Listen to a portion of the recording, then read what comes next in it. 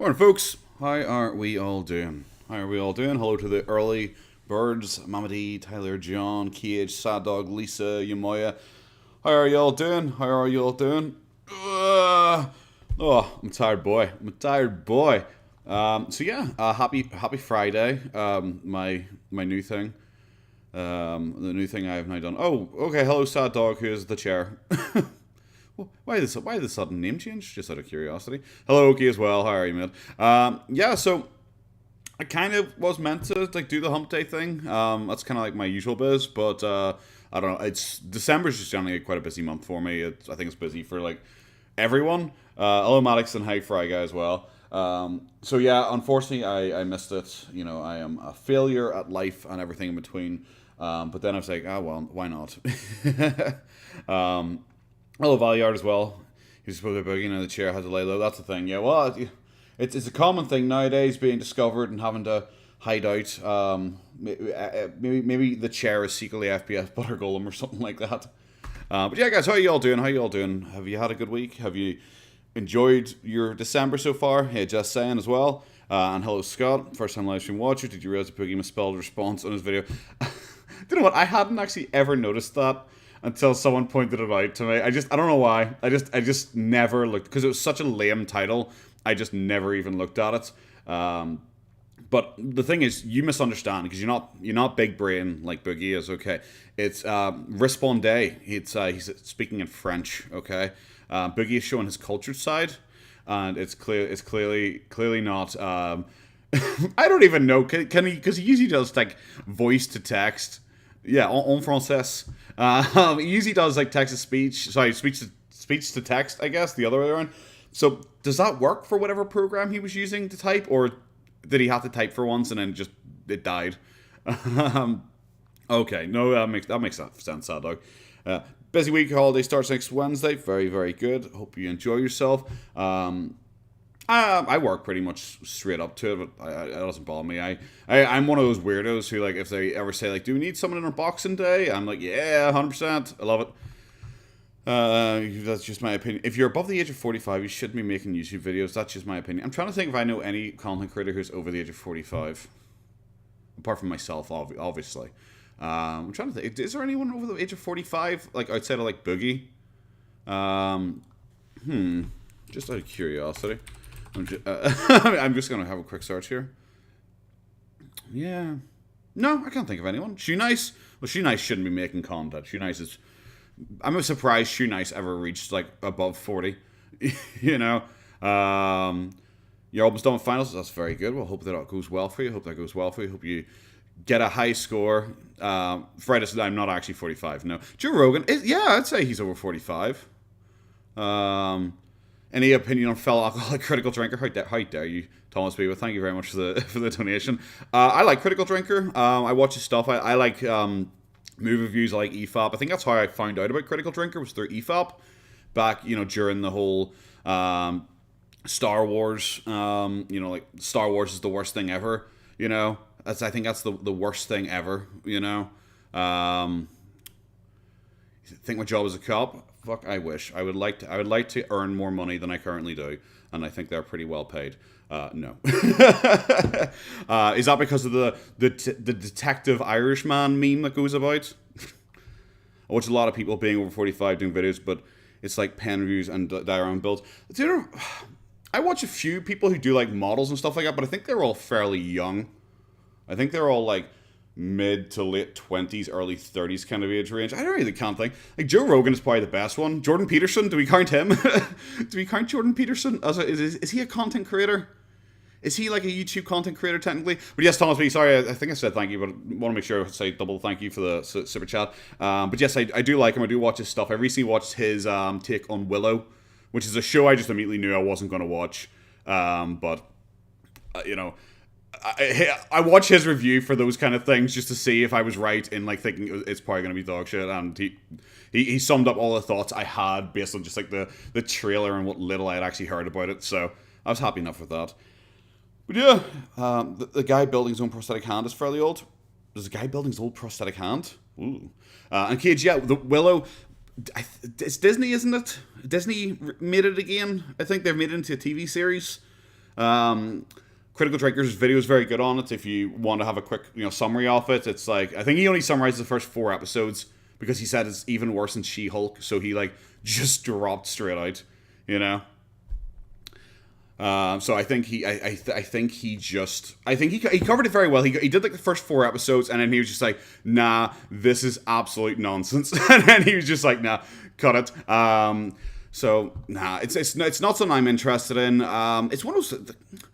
It's when he starts showing there's like a girl in it. She's like I think she's like mixed race, but she's ginger with like freckles, and I think she was the girl who appeared at the end of Solo. Was it? She was like an odd duck creature who just suddenly appeared. How old's Medicare again? How old is Medicare? I don't think he's older than 45. I think he's early 40s. He's like 40-ish, 40, 41, I think, because he's apparently only a bit older than Ethan Ralph, who I think is like 38. 37, 38 kind of range is Ethan Ralph, because I always remember people saying that it's weird that he constantly calls Medicare old man, but he's only like 2 years younger than Medicare, and like despite Medicare's super cancer, he's probably considerably more sick than Medicare is, and he might not outlive Medicare, because I saw Null do his end of year recap, and that was his prediction.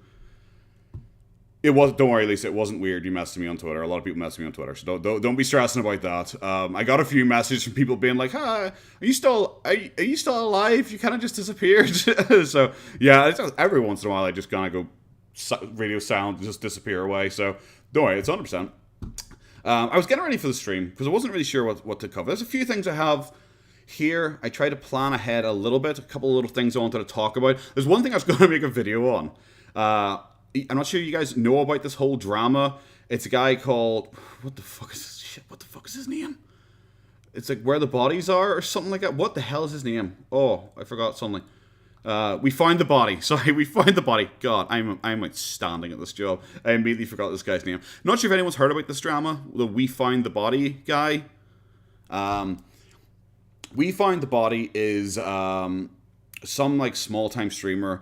There's a whole lot of drama about him, like Moist Critical and all covered this drama and all. And I had found it by chance on Twitter. I'd spotted it. I can't remember who had seen like mention it or talk about it. And I was just like, oh, okay, and how do we look into it? And I was like, this is interesting enough to talk about, because I have like, I'm not as like hard on him as like I think a lot of other people are. I'm kind of like in the middle. Is the drama that he found a body? It would be so much more interesting if that was the drama. Body technically is involved in it, I guess, but it's one of those ones I looked into it and I might do a wee video on this because I hadn't done any videos, so I might do a wee quick video on this. Something I find a wee bit interesting, but it's probably not going to be that. And then I noticed that Tipster was on live, and I usually watch Tipster live, and I went on, and he was doing like a hour and a half, 2 hour long stream about this drama, and then he started watching Moist Critical's take on it, which obviously has like 1 million views. So I was like, oh, okay, well, I guess I'm late to the party on this one. I guess everyone else already talked about this. So I might talk about that one briefly. I haven't gone through the whole thing. I haven't even read this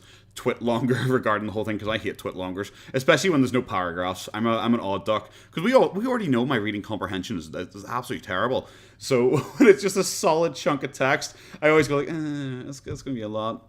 That's going to be a lot for me to go through. So I had that kind of tucked aside. I had that tucked aside as something I could potentially talk about. And there's another silly thing. I think I'll talk about this first very quickly. So, people know I like the Team APS. I like watching like Yu-Gi-Oh content, even though I don't really play Yu-Gi-Oh. What kind of channel is We Find the Body? It's he's just a streamer. He's just like a Twitch streamer. Plays like video games and stuff like that and chats. I don't know what his general viewer base is. What is it? He's got like 971 followers. I don't know. I don't think he's huge or anything like that. He's not huge or anything like that. But there's a wee bit of drama around him. Happening late. Shut up, you. But yeah, the one I'll talk about quickly first is it's to do with Yu-Gi-Oh. So Sunny recommended to me just some random post by Team Samurai, which I know is a Yu-Gi-Oh channel. And it says, hey guys, it's come to my attention that I've liked a tweet on this account that may have caused some confusion. Just want to let you guys know that I have a team that runs all my social media. It wasn't me. Everything is cleared now, and I'm sorry. And that's all I saw. And I was just like, okay, that's a bit weird. And my head immediately, I went, okay, horny posted. He liked, some ethos butthole like kid behind a camera does every once in a while. But I went through it because I noticed this, which I thought was a funny little skit. It's someone had green screened in Andrew Tate to one of his videos. The idea of a female wanting to sleep with more than one man at a time is haram. I'm in gigantic Sprite. Any response?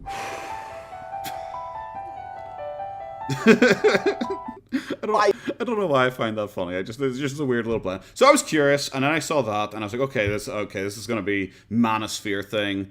And I scrolled through. I probably should have tucked this away in the sidebar, but yeah, obviously people asking important questions like, was it porn? Which is what I thought immediately. But it was everyone seen going like, he liked an Andrew Tate post. And I don't follow Andrew Tate in any way. I barely know anything about him. I just knew there's a bit of drama. Okay? What did the other guy say to him? I have no idea. He said he played a Yu-Gi-Oh card that I'm assuming is really good.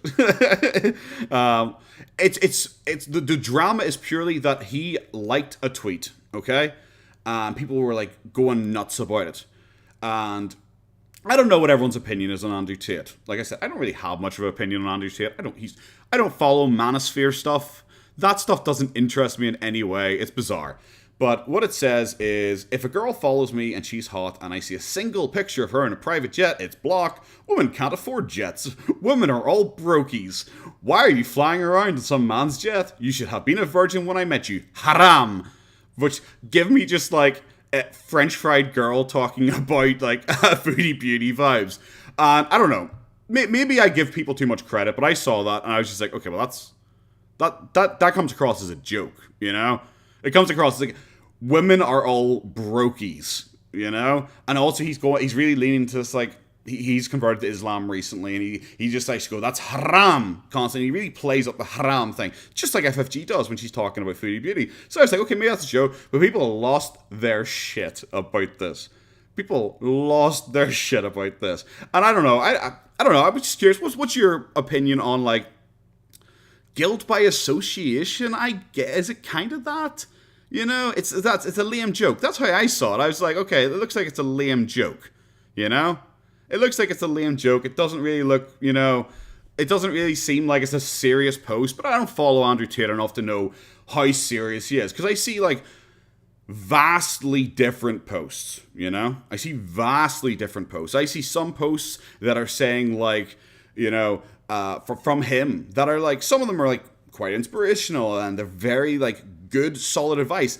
Like some of them like word for word are what Boogie says, which is really funny when Boogie got his dating advice for it, and like a bunch of his advice is more or less what he criticized Andrew Tate for saying about, you have to better yourself because why would a woman settle for you, stuff like that. And I was just like, okay, so it's like some of his stuff then it's like super bad, you know, super misogynistic on the other side. But then I look at a lot of that stuff and go like, how much of that's a joke? Like how much of that is a joke? Like a character he's playing for this manosphere thing he's doing. But I don't know nearly enough about him. All the extent of me looking into Andrew Tate pretty much was where it was like, I think they talked about him a couple times on the Some Ordinary podcast, Mudahar's podcast. They talked about him a few times there, and Boogie, when he did his stream on him, I looked into it a tiny bit just so I could comment on Boogie's take on the whole thing. And even that was like super surface level, but it was like Boogie is saying like he's a sex trafficker, even though apparently at that point there had been like no charges against him, just his house had been searched. So I'd only looked into it so I could like pretty much criticize Boogie, because like Boogie is trying to say a guy should be cancelled for an allegation when Boogie himself cries constantly. People like try to cancel him for an allegation. So I don't know. It was a wee random thing that it popped up, and it's like, I can't believe there is like drama in the Yu-Gi-Oh community because some guy's Twitter account that he claims a team runs. I don't know how much I believe that. Like, the guy's big, you know, the guy's big enough, like 23,000 followers. He's big enough, like, but would that require a full team to run your social media for you, who would randomly be logged on following and liking Andrew Tate things, you know? His chest piece, yeah, he has like a tribal chest tat, doesn't he?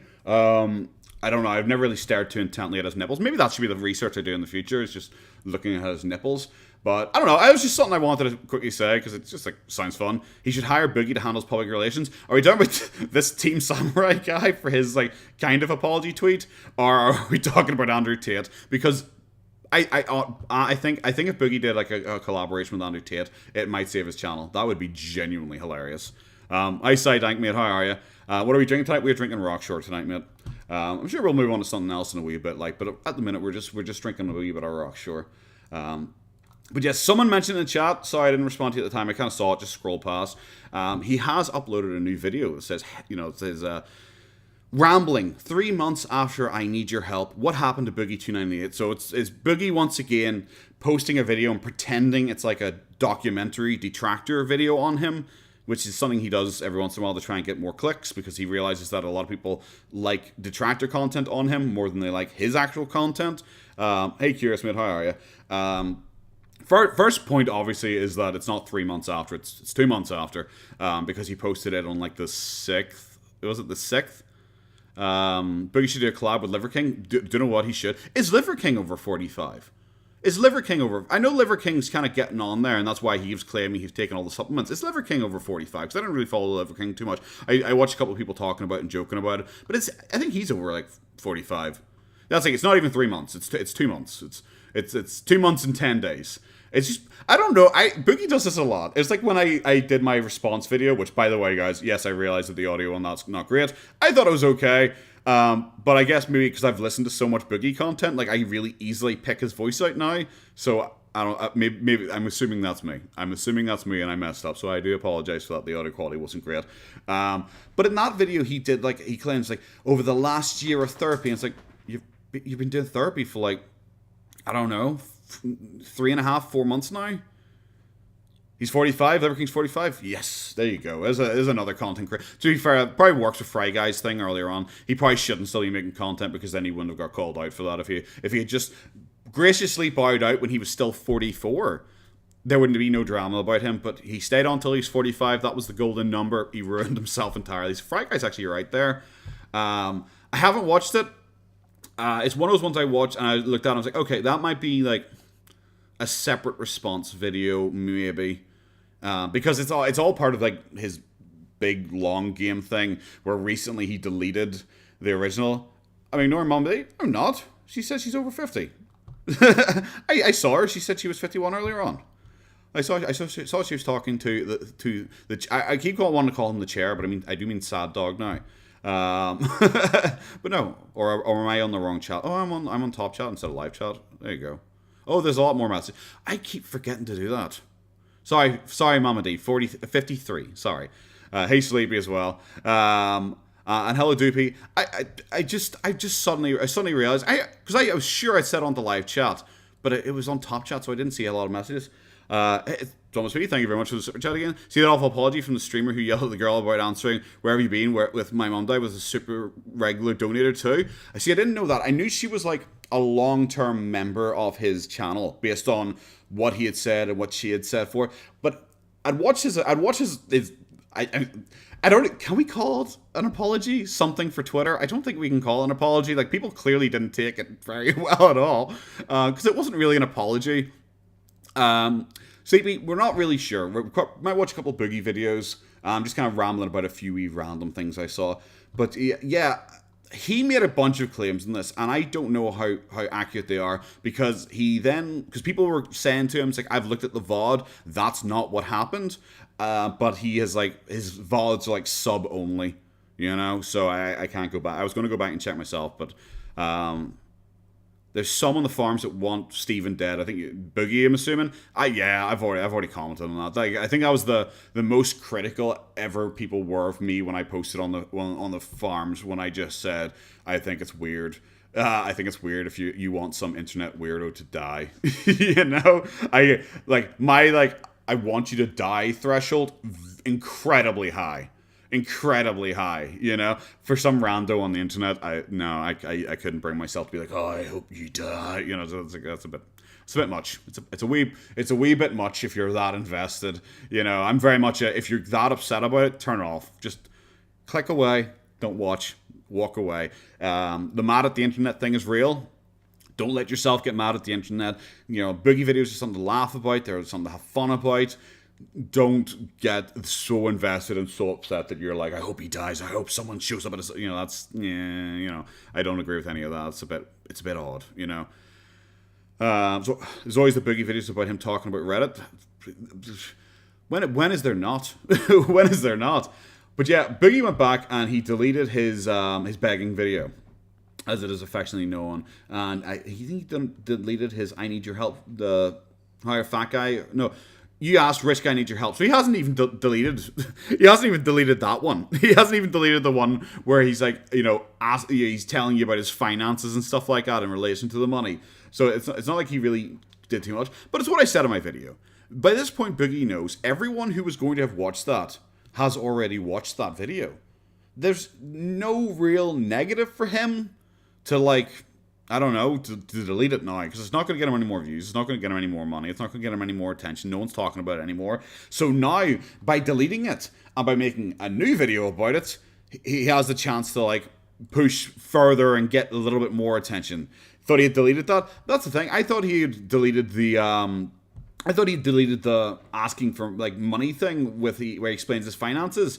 But no, still there. The only one he seems to have deleted is the begging video and the follow-up video where he says about how much money he got from it.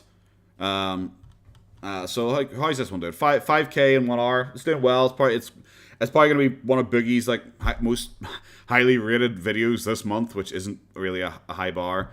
It's what else does he have this month?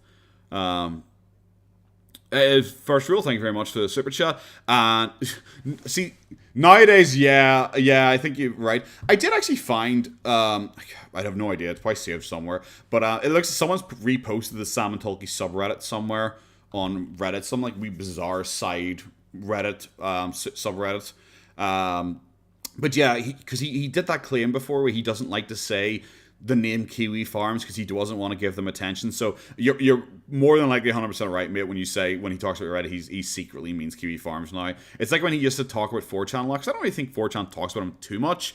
I think on Fit they might talk about him occasionally, but I don't think he really does it too much. But this month has been kind of just lame for Boogie, Funny thing is when he deletes stuff like that, he screws himself in the algorithm by giving himself negative views, which is true, Jim Jones, but the thing is, I don't know how heavily he's pushed in the algorithm anymore. One sec. Yeah, so I don't really think it's going to negatively affect him too much. It is a bad month for him to do it in when his view count is generally so low, because it'll be considered what was that at 350,000? 300. Yeah, Sad Dog, 100 something people watching now. Hello everyone. I hope you're all enjoying your Friday. So yeah, when he's having a bad month like this, which I called in my video, I think he has slowed down this month and he isn't putting up high level content because he got his money from his begging month. The money he got for his begging month of October, which is his best month in a long time, he got at the end of November there. So that's why he immediately went off, quote unquote cave diving with his booty call. So I haven't even watched that one yet. We could watch that one tonight. I didn't watch the Kanye West one yet. I have like I said, I've been very busy in real life, so I haven't done a lot of these. So I did that one obviously for the reaction. I haven't watched these 6. That one I might watch separately to see if I want to do an actual reaction to it. Yes, hi Boogie Uwu. Who never complains about parasocial relations after he cheats out. I love you randomly. It's all he does. SVB, hello, how are you? It's all he does. He is so incredibly parasocial. Even when he was deleting the begging video, it was all like, I'm so sorry, guys, that I overshared and I'm too honest with you and too forward with you guys, that I care about you too much to tell you all this information. And I was like, okay, cool. Cool. I'm glad you make it sound like you're such a saint when you're also begging for money. You can't really have it both ways. So, what should we watch first? I don't know if I want to make you guys watch the travel content, because I've watched this travel content before. I think we've maybe watched 1 or 2 on stream, and they are dull. They are really dull. You imagine Chantal and Amberlynn Reid? Yeah, 100%. It's one thing I really noticed is how similar he is to Chantal and Amberlynn Reid. It's really weird to me. It really, really is bizarre to me. The Kanye one, yeah, we'll watch the Kanye one, because we haven't done that first, and then I could kind of talk a wee bit about the Kanye situation as well, I guess. Oh, that's a 50-50. That's a very, very mixed bag. Oh, this could be a controversial one, boys. It's been a while since it's been like exactly 50-50.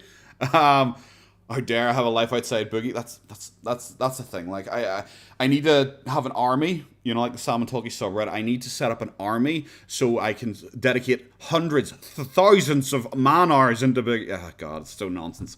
Yeah. if everyone wants to set up a personal army with me, guys, by the way, that's a joke, YouTube, just so you know. YouTube joke, TM joke, trademark joke, funny joke, lol. Like, warning, do you not watch this video if... Okay. Bro. Like, I realize I can't criticize anyone because my last video's audio was dog shit, like, but come on. At least, like, you could put an apostrophe there. Why couldn't you do it there? You don't already agree with, thank you. That is you, Boogie, though, isn't it? Isn't Boogie, like, the guy who, like, oh, you know, if anyone disagrees with them, he just assumes that they're, like, MAGA or, like, QAnon or something like that? Let's go.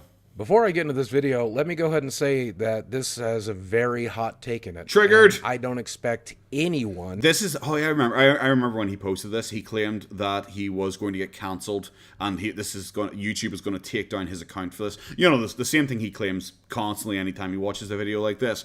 But from what I've heard, it's just him pretty much saying that, you know, like the face of mental illness, that Kanye West is not mentally well, which is, I think, blatantly obvious to pretty much anyone looking at it, which makes it even worse that Boogie spent about 2 weeks straight laughing at him and making fun of him for it, you know? And if you think he's mentally ill, okay, like, Boogie, because you're probably watching this, you can't complain that people pick on you and joke and take the mickey out of you pretty much and be like, oh, but I'm mentally ill, how dare you do that to me? You know, like he constantly claimed with Frank Castle, he constantly uses a shield about Frank Castle, so you're picking on someone who's mentally unstable, all that, but you make videos on Kanye whilst mocking him constantly on Twitter when you believe he genuinely has a mental illness. So you can't have it both ways, okay? To agree with me. So if you're... Okay, Tumor Fish, that's fine, honestly. If you can fall asleep to the dulcet sound of my voice, work away there. But I don't know, I think I'd be hard to, like, listen to when you're falling asleep, because my volume goes up and down, and, like, if I get a real laugh going, like, it'd probably destroy your ears and wake you up in a cold sweat. Kanye is so deep in a manic episode, he really needs to get to a hospital. Yeah, I followed bits and pieces of it. I think Destiny was live casting the Alex Jones show, and I watched it on Destiny's channel, and it is just bizarre. It was just weird, and he's fallen into, like, Milo Yiannopoulos, Nick Fuentes' camp, and they're both psychos as well, like, so it doesn't help him in any way. It's weird when you watch it, and Alex Jones, who is, you know, an individual, will generously give him that, and he comes across as being like the calm, sensible one in the whole situation. Somebody that's easily offended by things you don't agree with. That's you, Boogie. I highly recommend you do not watch this video. Go watch something fun instead. Thank you. I know everybody in your timeline is talking about Kanye West right now, but I have a fairly hot take about Kanye. No, you don't. One, I think is so hot, I actually might get canceled for this one. But getting canceled is just a Tuesday morning for me. Cancel me again. Let's see if it... Christ almighty, he is so lame. Imagine coming in and to be like, this is a serious video, guys. Okay? Guys, this is a serious video. Maybe don't even watch this video, guys. Maybe just go and watch something fun, because this is a serious video, guys. And then you come straight in like, hee guys, oh my god, I might get canceled, lol. I get canceled all the time. No, you don't. No, you don't. Boogie does not get cancelled. His eyes, yeah, he's been doing a lot of wild eyes recently. He really has been. Hey, Fall Guy Mate, how are you? Your Boogie stories, you saw Boogie as Francis and eventually met Boogie at the Game On Expo in Phoenix. At the time, I generally thought he was a good guy, but my god, I feel ashamed. Don't feel ashamed, like, you know. I've always said Boogie's a fairly skilled manipulator, so I don't think anyone should feel shame if they ever got caught out by Boogie's lies or his manipulation or anything like that. You hate how Boogie blocked you on Twitter? I don't have time to look on my alt. Oh, sorry to hear that. Well, you've got, was it Knitter? Is Knitter the other one? Like Nitter or something like that. It's like the open source Twitter, or you just use it on like a private account, can't you? Like a incognito tab. I couldn't remember the word for that. Takes this time, boys. Oh, Sarah as well. What is currently discussed? We're just kind of we're about to watch a Boogie video on his opinion on the whole Kanye West situation that I haven't watched yet. So yes, get ready to be offended, Sarah. You missed the trigger warning. Boogie said you might get triggered by it if you get easily offended. Luckily, he doesn't get easily offended by anything, so that's why he's in a unique position to talk about this. He wants to be Markiplier so bad. Oh fuck yeah. Oh god yeah. He really does. It's like I said. Even if you look at his older videos, I think he like purposely is trying to like deepen his voice. Let's go. Before I share this opinion, let me remind you, I grew up in a small-ass town at a high school that had less than like 100 kids in it. My graduating class was like 18 kids.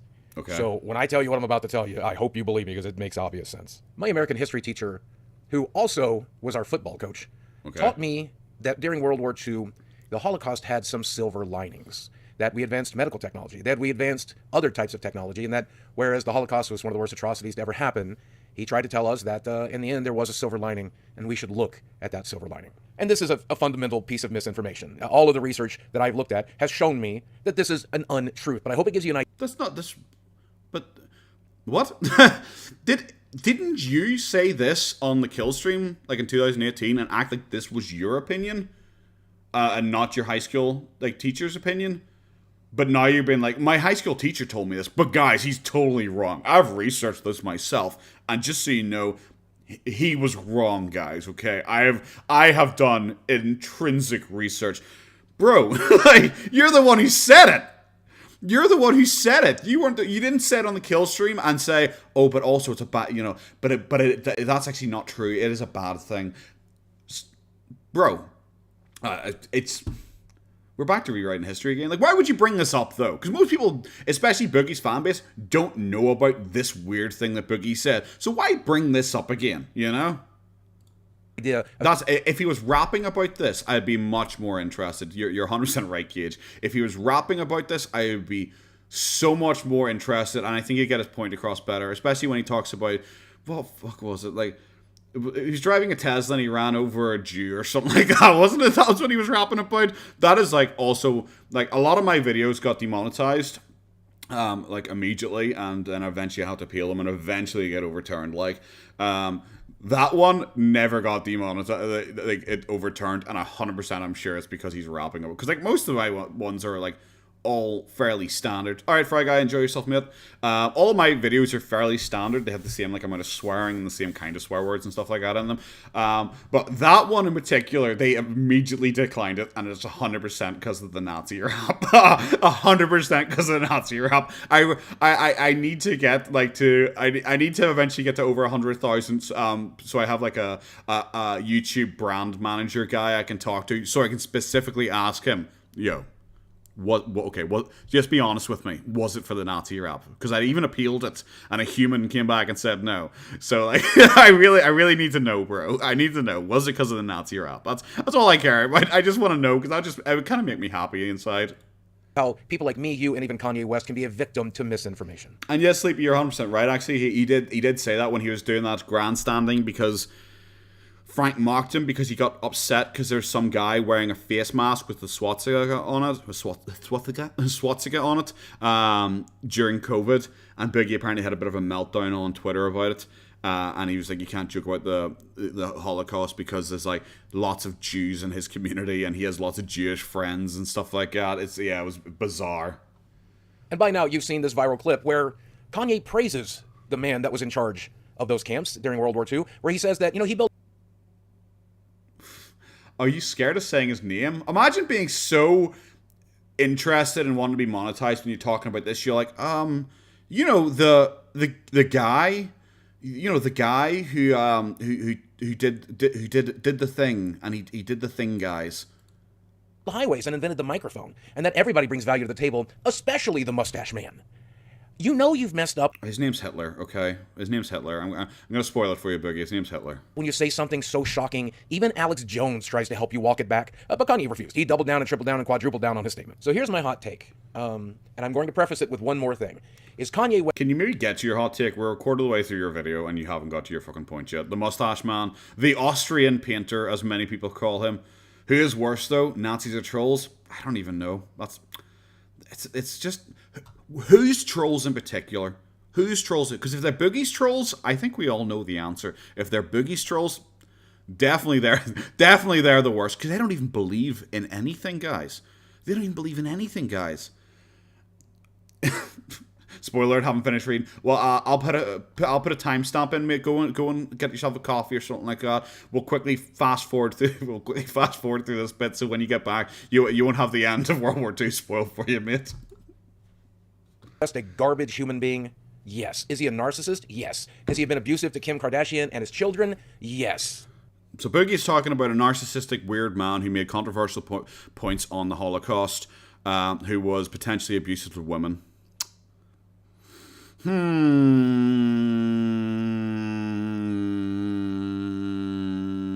I don't know. I don't know who Boogie could potentially be projecting about whatsoever.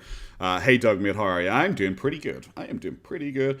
I'm about one beer in, so I've got just a happy feeling here. I'm just nice and chill. And we're listening to Boogie talk about a man with a mustache. 100%. And he is responsible for everything he says and does. Absolutely. However, Kanye West is a deeply troubled... I hope Boogie remembers this. He just said, but he's totally responsible for everything that he says and does. Isn't Boogie the guy who, like, every time he gets a tiny amount of criticism, like the Sunny V2 video, immediately goes, yeah, but my mental health, guys. Did you know I took a break in 2019? I also wanted off myself. Just so you know, guys. Just so you know, like, immediately, every single time.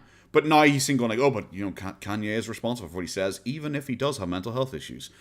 You sure he wasn't talking about himself? Like I said, I haven't watched this before. This is just pure projection. He's talking about a narcissist. He's talking about a guy with mental health issues who should be taking responsibility for what he said. He's talking about a guy who said controversial things about the Holocaust. And he's talking about a guy who potentially abused women. Like, bro... It's like what I said in one of my videos a while ago when Boogie randomly started shitting on, was it Kid in a Band? Boy in a Band? Whoever that guy is, the English guy who sings with like Dan Bull occasionally, did the PewDiePie Congratulations song. Boogie's like, oh my god, this guy really has been revealed as a piece of shit. There's a mega thread on Reddit with an allegation against him. Oh god, you know, guys, he's a bad person. Boy in the band. Okay, thank you. And it's just like, Boogie, are you seriously condemning someone because of a Reddit mega thread suggesting abuse against a woman? Are you that tone deaf that you are seriously saying this is enough evidence to condemn Boy in the Band when that's the thing you constantly cry people did to you? Like, there's no self-reflection. It is why, like, it's why people just constantly go like, okay, Boogie's narcissistic. Because you can't have an opinion like that if you aren't narcissistic. Where you believe that the rule for you, that there just should be such a solid rule for you. But in literally the exact same situation that is happening to someone else, you jump on the bandwagon against that person. It's the same thing he did to Andrew Tate, where he's just like, I've heard this allegation of what was it? What was it? Sex trafficking or something like that with Andrew Tate. Oh, he should be cancelled just because of that allegation alone. It's like, oh yeah, but isn't there like no charges against him? There's like no charges against him or something like that. He hasn't been actually arrested for it, and it's apparently like a year or two old, and there's been nothing from it. It's like, yeah, but there's an allegation, and that's enough. It's just like, bro, what? Would you rather Boogie or Wings babysit for me? I think I'd just trust my kid by themselves instead. I don't like to be that guy who, like, when given like a hypothetical, just goes like, I will take the other one, you know, the other one. Hey, how are you? I'd let my kids play with the pit bull instead. Like, I would smear my kids in peanut butter and I would leave them with a pit bull before I let Wings or Boogie look after my kid. Like, just no. Like Wings, because I don't think Wings is a pedo or anything like that. I just think he's a horrible person. Boogie, I'd be more leaning on the kind of edge towards, especially if it was like if I had a daughter. Especially if I had a daughter, you know. I just he said too many suspect things. Like I said, I'm not confident enough to outright say, oh, I think he is one, but I would not feel comfortable leaving him alone. Yeah, so that's gonna have to be my answer. Mama D, obviously you and my kid could play Fortnite together. There you go. You and my kid could play Fortnite together. What's Boogie gonna do with my kid? Show my kid his magic card collection and just repeatedly tell my kid how expensive his magic card collection is, just over and over again. That's the thing. Okay, I've seen bits and pieces about the Wings. Like, I'm not as into Wings lore as Boogie and stuff like that. I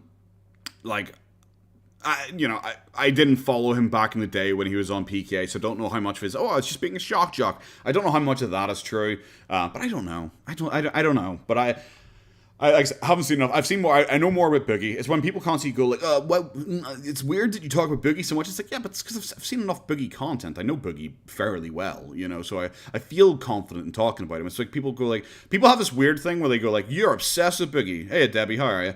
Where they go like, hey, Big Boss as well, mate. Where they're just like, you are obsessed with about leaving my kids alone with Cobes. I would definitely not leave my kids alone with Cobes, because he would make them eat his awful food and he would get them high. 100%. My kids would go fucking nowhere near Cobes. Also, I think he brings up sickos too much. It's one of those things where it's like kind of Freudian. It's like, mate, stop talking about sickos so much, you know?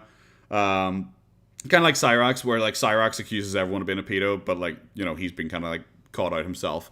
What was I saying? I can't remember what I was saying whatsoever. No, it's escaped me. It's escaped me entirely. Oh yeah, people like constantly complain. It's like, oh, you talk about Boogie too much. You talk about Boogie too much. You're obsessed with him. It's like, but I know about Boogie, so that's why I talk about him. You know, I don't like to be one of those uninformed guys like who would make like a video on like, because every once in a while I want to make one on Amber Lynn, because I'm currently watching through her full Vlogmas series. Because I've been watching it through other people, through reactors, but I thought I'll sit down and I'll watch the whole Vlogmas thing myself, and then I'm going to react to her most recent one, probably when it comes out tomorrow, to kind of talk about Vlogmas as a whole and why I don't think it's that interesting or anything like that, you know? Teach your kid to do unintentional ASMR. My kid would be a master at unintentional ASMR. I'd just give them lots and lots of magic packs just to open in front of the microphone. Yeah, that's the thing. It doesn't bother me when people say that. I don't care. Like 90% of them are Boogie fans, so it really genuinely does not bother me when people get upset that I talked about their dad. Used to watch Amberlyn through Tevin. I didn't know Tevin really watched anyone but Darkside Phil until like an Amberlyn video was recommended for him watching it, which I was just like, oh, geez, fuck, all right. It's weird to talk about something makes you obsessed. Every single one of them, and half of them are probably Boogie's ults, if we're being entirely honest. Hey, Aiden, I don't even know if I said your name right, I hope I did. How are you?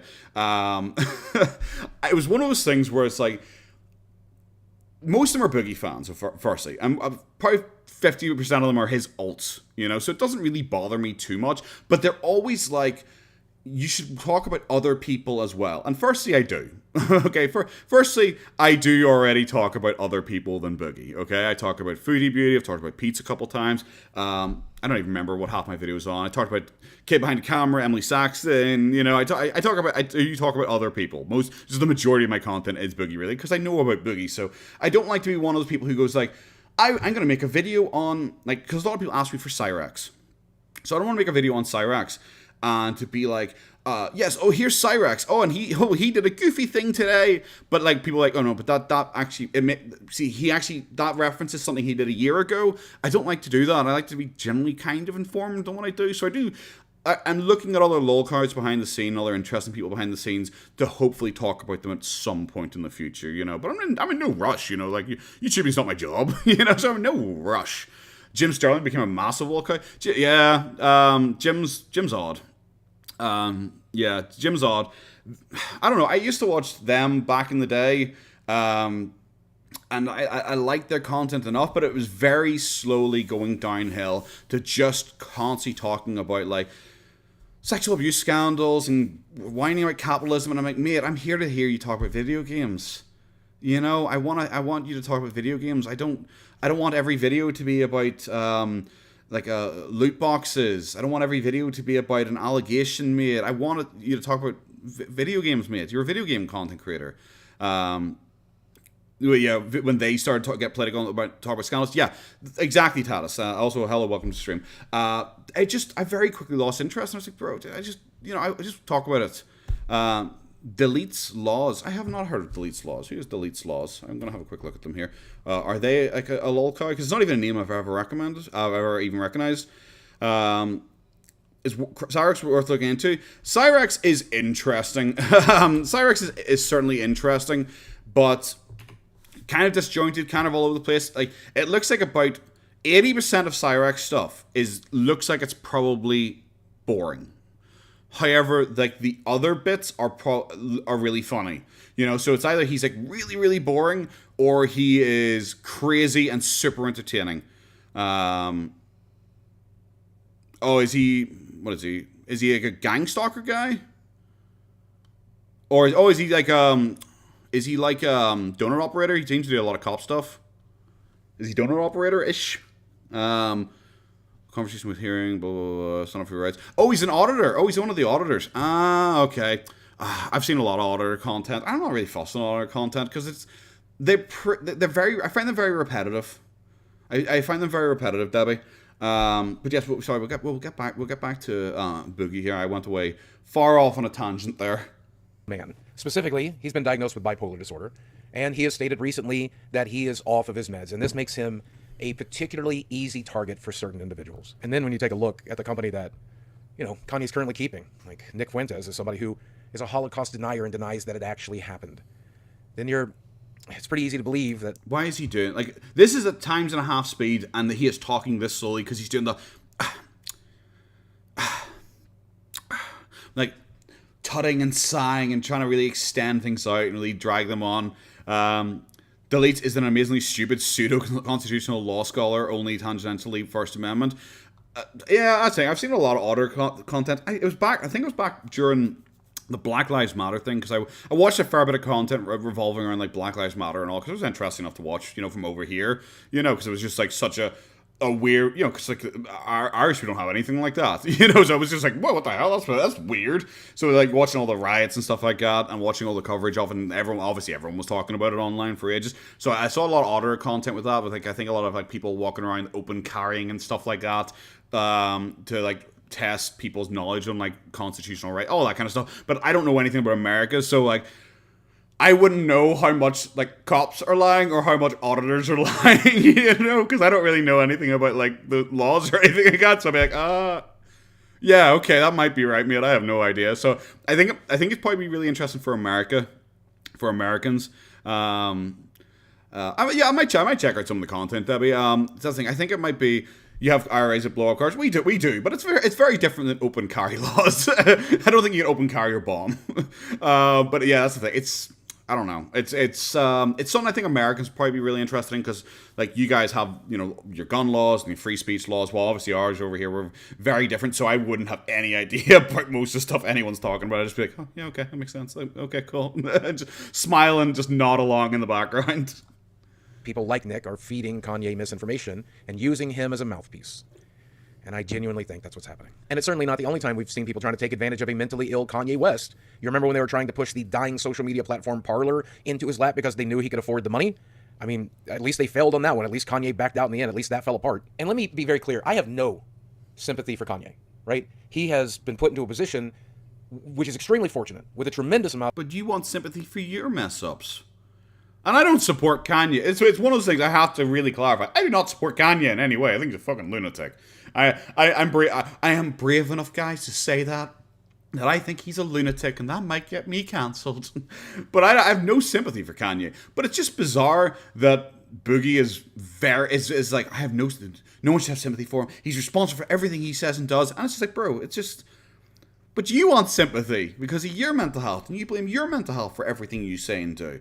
You know, of course you always go like, hey guys, I'm not making any excuses, but, and then list off 70 excuses. isn't Kanye using autistic and Boogie hides behind that? I heard recently that Kanye came out and claimed he was autistic. I don't know. Boogie just said he claimed to be bipolar.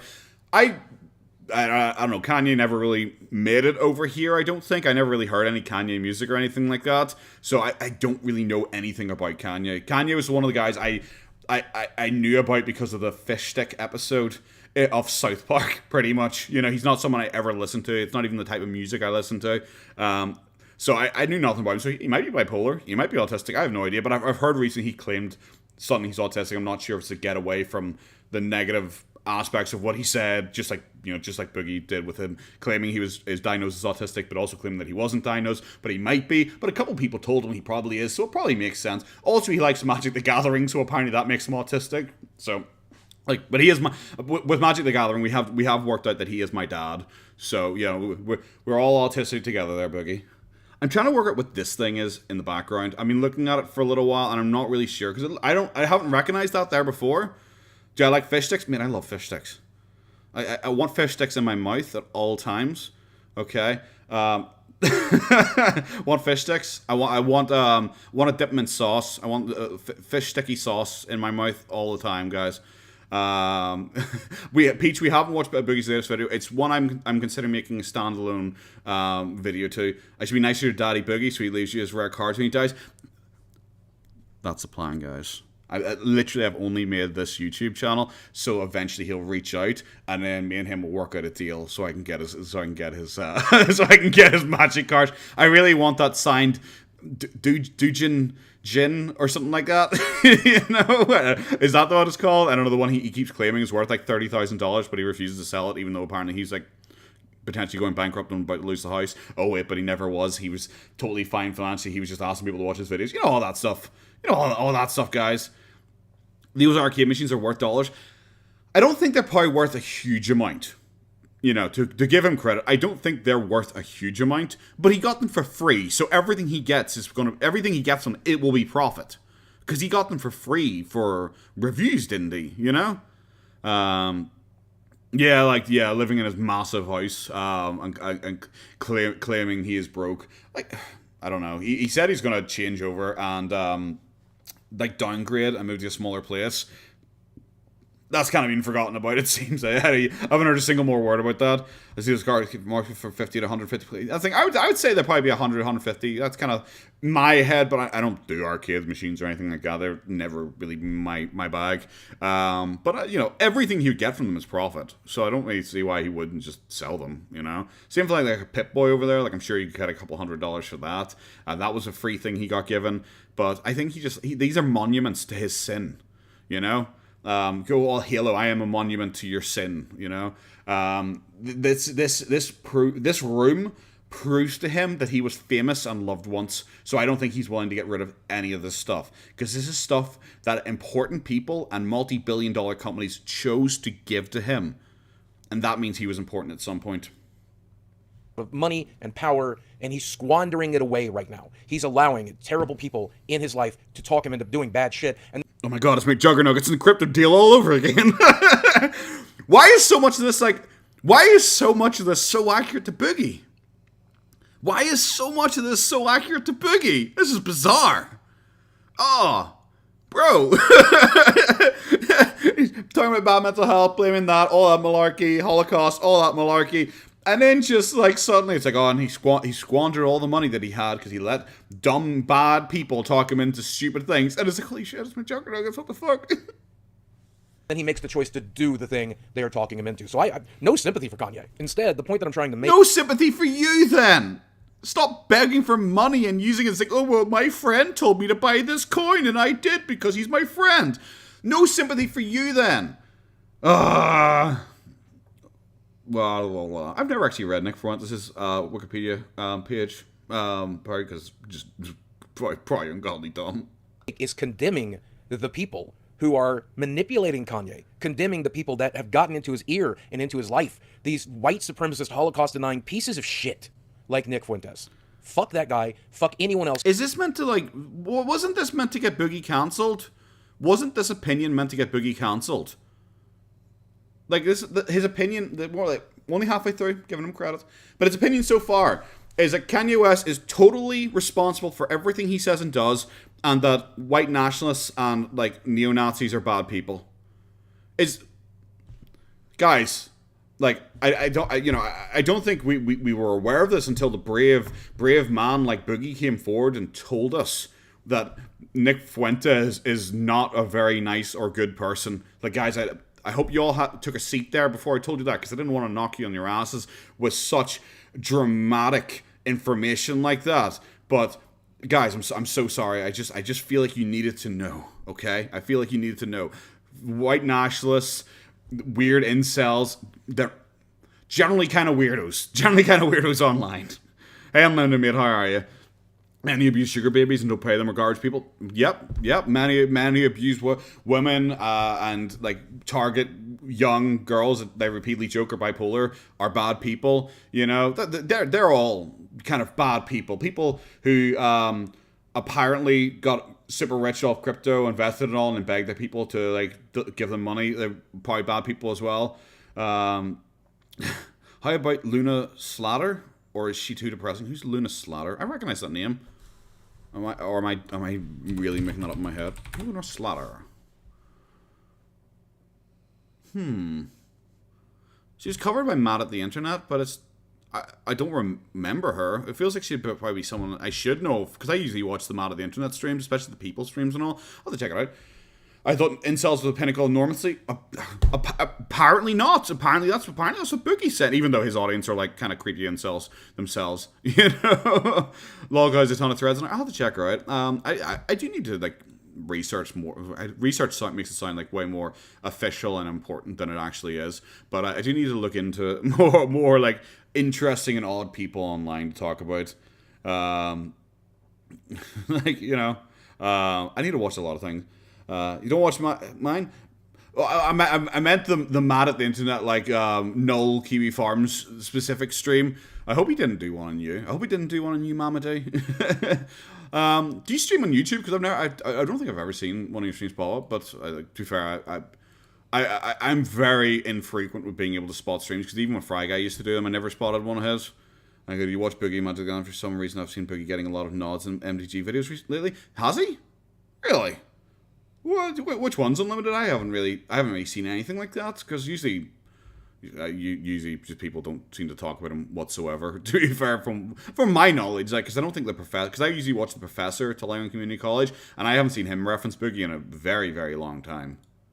Who sees somebody who is mentally ill and decides that's someone they're going to explore. Watch the Tolarian Community College beg video like on stream. I've watched bits of it, like, because it's the one Boogie like held up as being like a. That's like the see guys, he begged, you know. It's mostly memes. Okay, cool. Well, that's the thing. The Magic community doesn't like Boogie. The Magic community just doesn't like Boogie. That's why he got uninvited from a Wizards of the Coast event. They don't like Boogie. Any good for to start with? I don't make any videos on the girl sphere or anything like that. That's not really my interest. Like, the most girl sphere thing I would probably have seen is like the Lav Luna girl, who accused Hassan of sleeping with like a 17-year-old, and also accused Destiny of being like evil and abusive to her when she was an Orbiter. I mainly have seen her, but that's because she's such a train wreck. It was really hard to look away from her, because I watched her through the Destiny stream. Hey, Marathon Mate, how are you? For their own personal gain. When you are saying stuff so outlandishly wrong that Alex Jones seems offended by it, he helps you walk it back, then you know you're in the middle of a severe mental health episode. And I really, truly, genuinely hopes that someone gets Kanye the help that he desperately needs before he puts even more hate and pain and misery into the world. But you know what? That's not going to happen, because there's going to continue to be people that are going to take advantage of it, get into his ear, and manipulate him. There's going to continue to be podcasters who put him on the show for the ratings. There's going to continue to be... Yeah, Cage, I don't know. I don't watch a lot of the Girl Sphere stuff, but it's not really my bag. Even the Manosphere, I don't watch Manosphere content as well, because I think a lot of that's really cringe too. So I don't really watch any of like that kind of, you know, woman power, man power. I don't watch any. None of that stuff's like my bag. You hit online beggars and let's go fund me for emergencies or for medical or might go homeless. Stuff like that is really important. Like, you know, if someone desperately needs help and they want to set up a GoFundMe, I have no issue with someone doing that. But to be fair, Boogie did claim that he might lose his house if it keeps going the way it did. So I guess he was pretending he might go homeless instead of just like downgrading to a different house.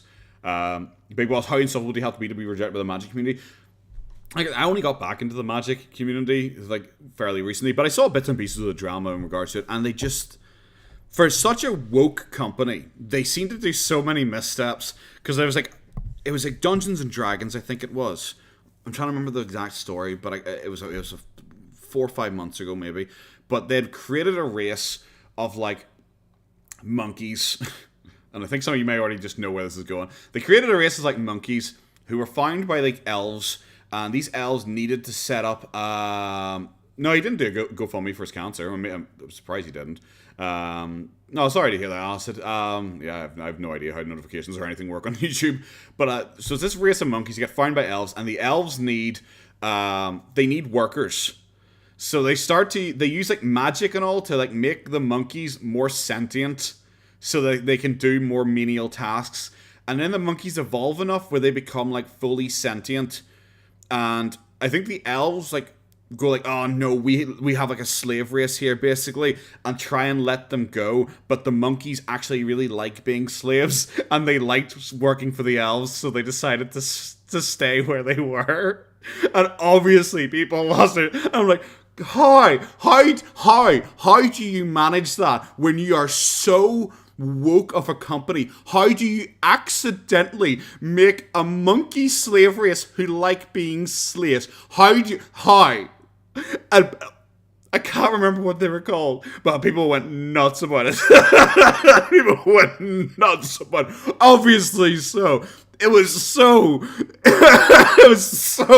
dumb. That was so funny. I had to look that up at some point again, because it was just, god damn it, that was fucking hilarious. He's in 4-bedroom. Holy hell, if I had a spare room and rented out. He has a 4-bedroom. It's him, possibly still Chad. Why does he could easily, like, he's going to claim social anxiety, so he can't, or something like that. Obviously, the race name did not begin with N. No, they didn't go that far.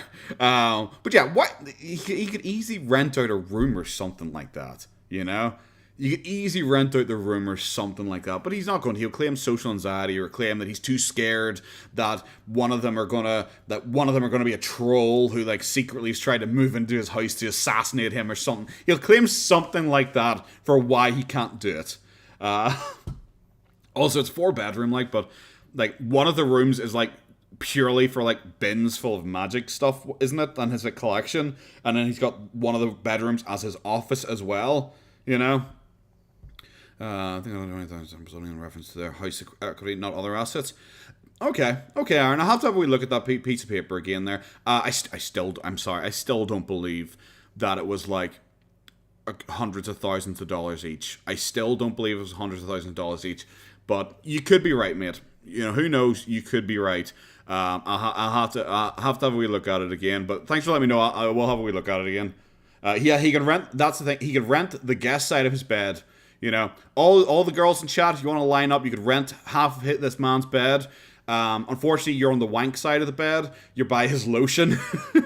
That was such a weird claim. Cage, 40k. Well, to be fair, remember he did get like a $275,000 loan or something like that, like mortgage on it. And he was like slowly paying it off as opposed to paying off any amount, apparently, you know, because Boogie's all over the place with saying about how much he paid off his house, how much he paid to it, how much the loans were, all that stuff, you know. So he's all over the place with that. But if they're only together for, I don't know, how many years were they in that house? 4 or 5 years? Maybe like 4 or 5 years, paid off for, you know, 30, 40 grand. That doesn't seem too unrealistic. Yes, you remember now. That's why I think I mentioned that in my video, because it's like it's like he set that up. You know, can he reach the wank? Well, I don't think that's a problem. Like, could he? Because the belly surely rests on top of it. So it's not like you get much motion or anything like that, you know? You'd have to be doing it under the fold, and then you'd really have to do a very deep clean afterwards. I don't want to go into this too much. But it was, like, so specifically set up that he's like, oh, here's my dog. Oh, guys, tee-hee, whoops. Did I include that in the background, guys? Oh, tee-hee, oh, whoopsie, guys. I think I compared it to the Valencia advert where they randomly had that, like, child sex fucking document randomly on the table in one of their photo shoots. You know, it's like, this seems deliberate. This seems deliberate. He's an innie, not an outie. Well, that's obvious. Like, he probably just needs to rub his... I don't want to go in. Nope. We're not going into this. Dog hitting time? No. I'm not showing the dog hitting time. I'm not hearing that wet thwap after I just talked about this. I couldn't. That will turn me and everyone else off for the rest of the year. Fox News and CNN segments where they rebroadcast. The lotion was an inside job. 100%. Kleenex can't melt steel beams because he's steel hard. I don't fucking... Never mind. Every crazy thing he says and puts it out into the world. And then there's going to be YouTubers like me who talk about it. And we're all going to profit off of this man's mental illness. And it sucks. That's the world we live in. But we certainly do. And at this point, with all of the damaging things he has done to his... See, that's weird memes, because Boogie claimed that his mortgage was for $275,000. Like, I don't think you can put a 4K deposit down, you know? I don't think you could put a 4K deposit down. And if by magic he did, he is the stupidest person with finances in the entire fucking universe, you know? And what? And you have, like, Usagi Ko and her cosplay awkwardness? Did I miss something? I know what Usagi means. That is my lack of my amount of my Japanese skill. Usagi Ko. Ugh.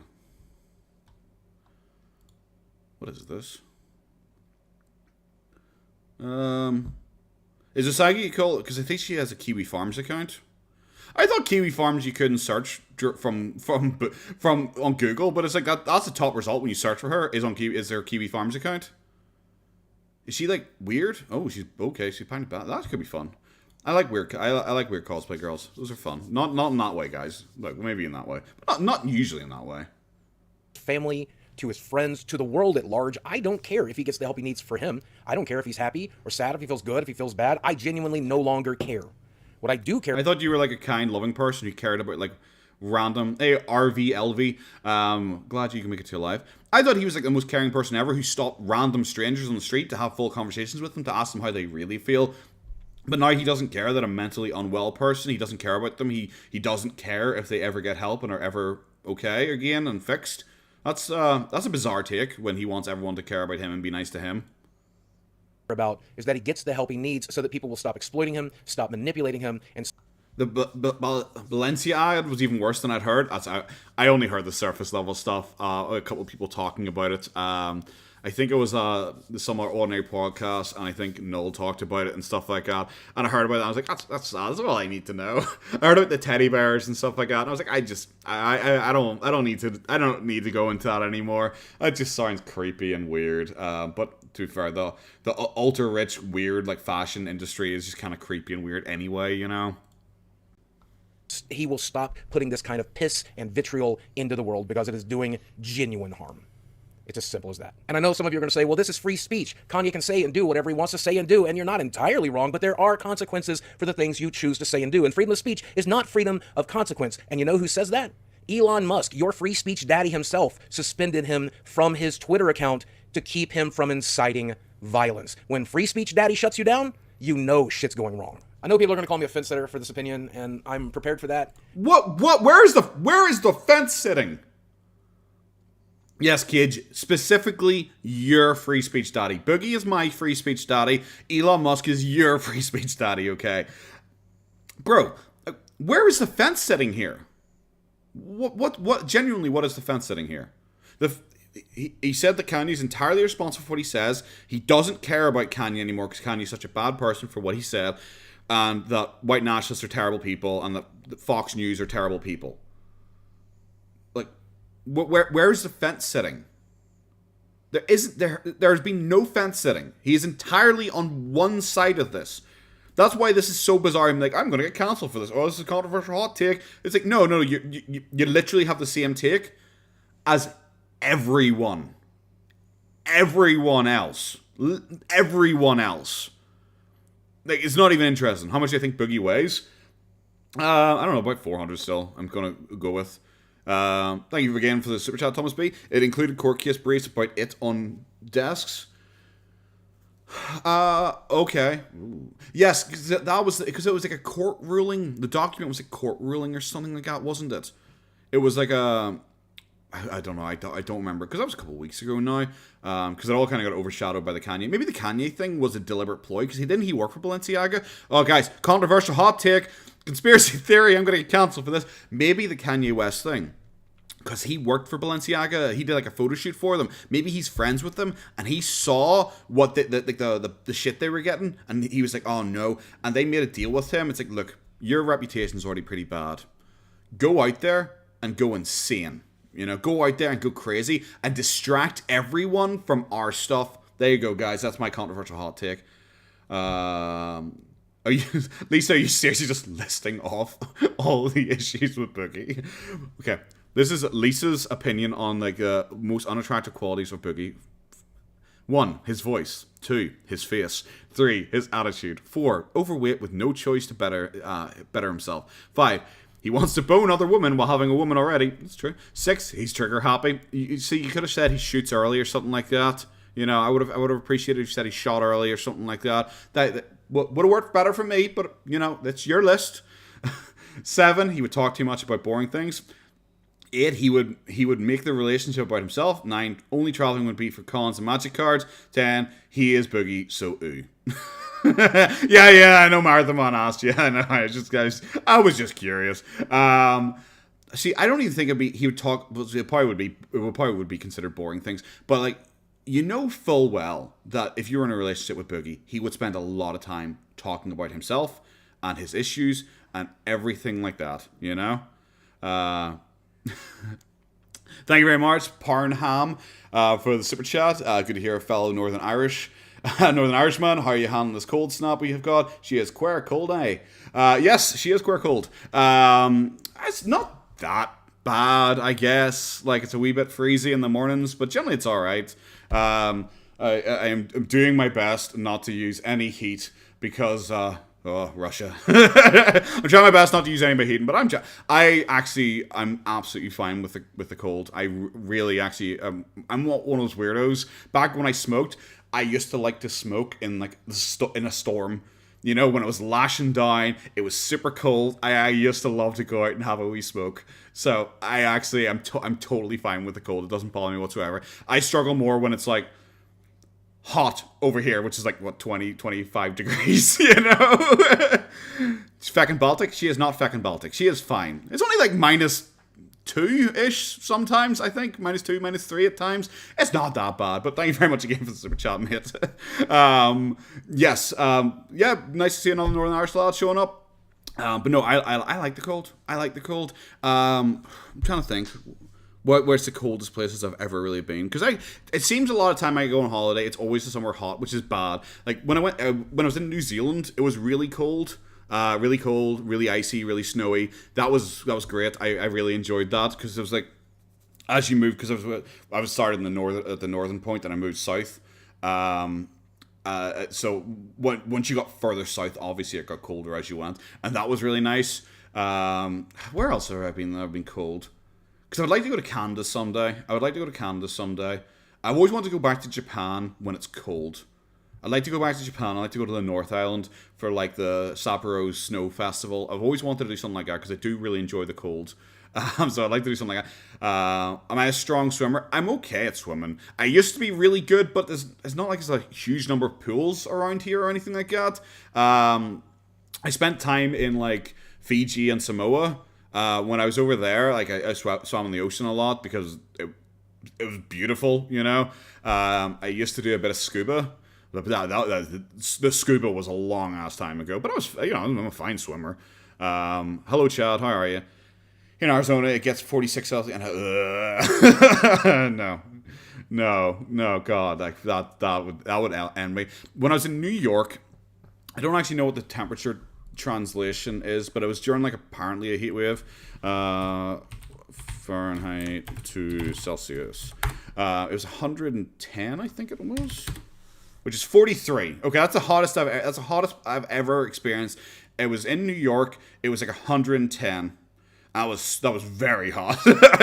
I didn't like that because it was one of those ones where it was like you know, because we don't have like super air conditioning over here or anything like that, so it was one of those things where you're like outside and it was just a dry heat, and the second you stepped inside, it was like chill. It was like really like, ooh, this actually quite nice. So that was very unusual for me. But I might be going back to to America this coming year. And I might also be going to Japan. I'm not 100% sure. The Japan's like pretty much guaranteed now. America might not be, but we're not 100% sure where we're going or if we're going to like hit somewhere and then travel across America. I think Washington D.C. is the plan at the minute.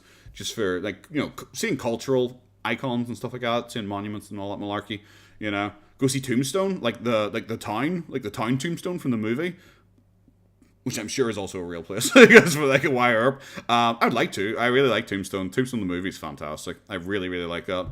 No. But I don't think I can condemn Kanye any harder than I already am. But I think... See, Lisa, I'd like to... This time when we're going to Japan, it should be during their hot season, which is apparently very humid heat, which I don't really think I've experienced, like, super humid heat before. Most of the time I've been anywhere where it's been super hot, it's always dry heat, so I'm kind of curious to see how that goes. When we have a situation like this, it's important to look at why they're doing what they do, how they arrived at this point, and who the background actors are who are manipulating them into that situation.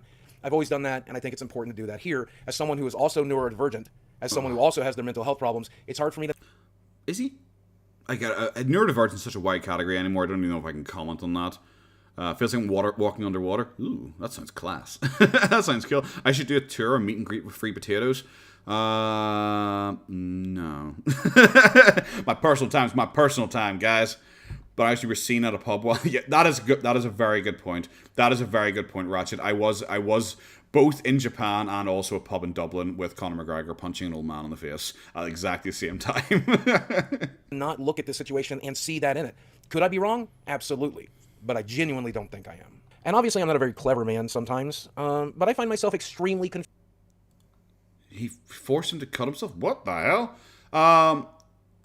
She's an OG Sailor Moon cosplayer.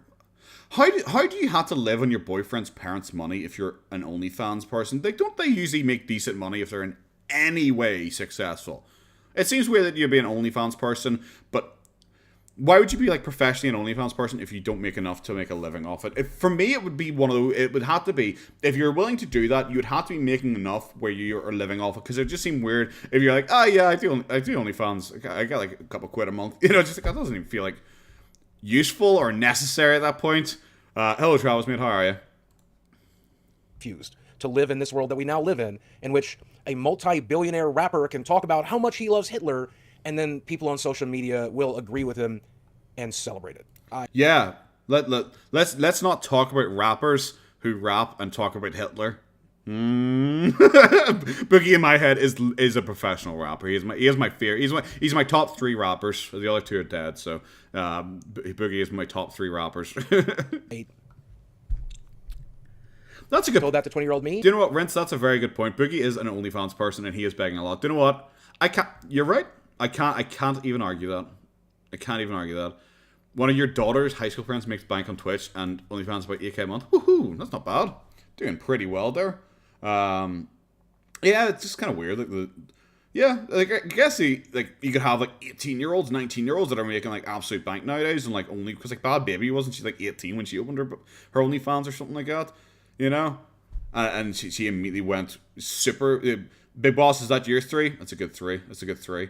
I like Juice WRLD. I don't know. Would you consider him a rapper? I like Juice WRLD. The man who isn't there a conspiracy theory Juice WRLD's not actually dead? Boogie Smalls, the notorious Boogie. What does BIG stand for Boogie? Boogie is gross. The notorious Boogie is gross. I don't know. Is that it? You sell your butthole and get $10 a month. Well, Thomas, $10 is $10. You know, what did Boogie put a price tag on his butthole? Like $10,000, didn't he say? Boogie wanted $10,000 for his butthole. I think that was the figure he like, quoted.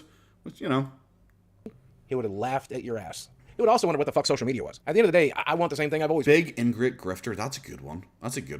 See, I was too obsessed trying to get the B2B Boogie. Big ignorant guy.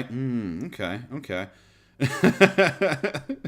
Guys and boogies of the world, they love younger girls. That is a thing. Yeah, like Simps of the world unite. That's why y'all gotta be like me. That's why y'all gotta be like me and only watch VTubers especially because I got told recently. Apparently, I'm what the VTubing community call a high glover. I think that's a term. I don't know if that's an official term or something like that, but I've been told recently I'm a high glover, which apparently is like, luckily, I guess, the exact opposite of a lolly. Because everyone I like is like 38. You know? Apparently all like the VTubers I like are like 38, 37, 39. Like, so apparently I'm considered a high glover. So I guess that's good. If the choice is to be a high glover or a lolly, you want to lean high glover every time. Amelie is a great singer as well. Is she the one who does all the vocal covers? Because I do like some of her stuff. Because she does voice acting now as well. I think she does. Watched Jerma on Twitch. He's 37. Jerma I had never heard about until like 3 months ago, and all I get recommended now is Jerma videos. I still haven't watched any. I just because I was like, I watch enough people. I don't need to get into another. I don't need to get into like another weird like rabbit hole of watching people. But yeah.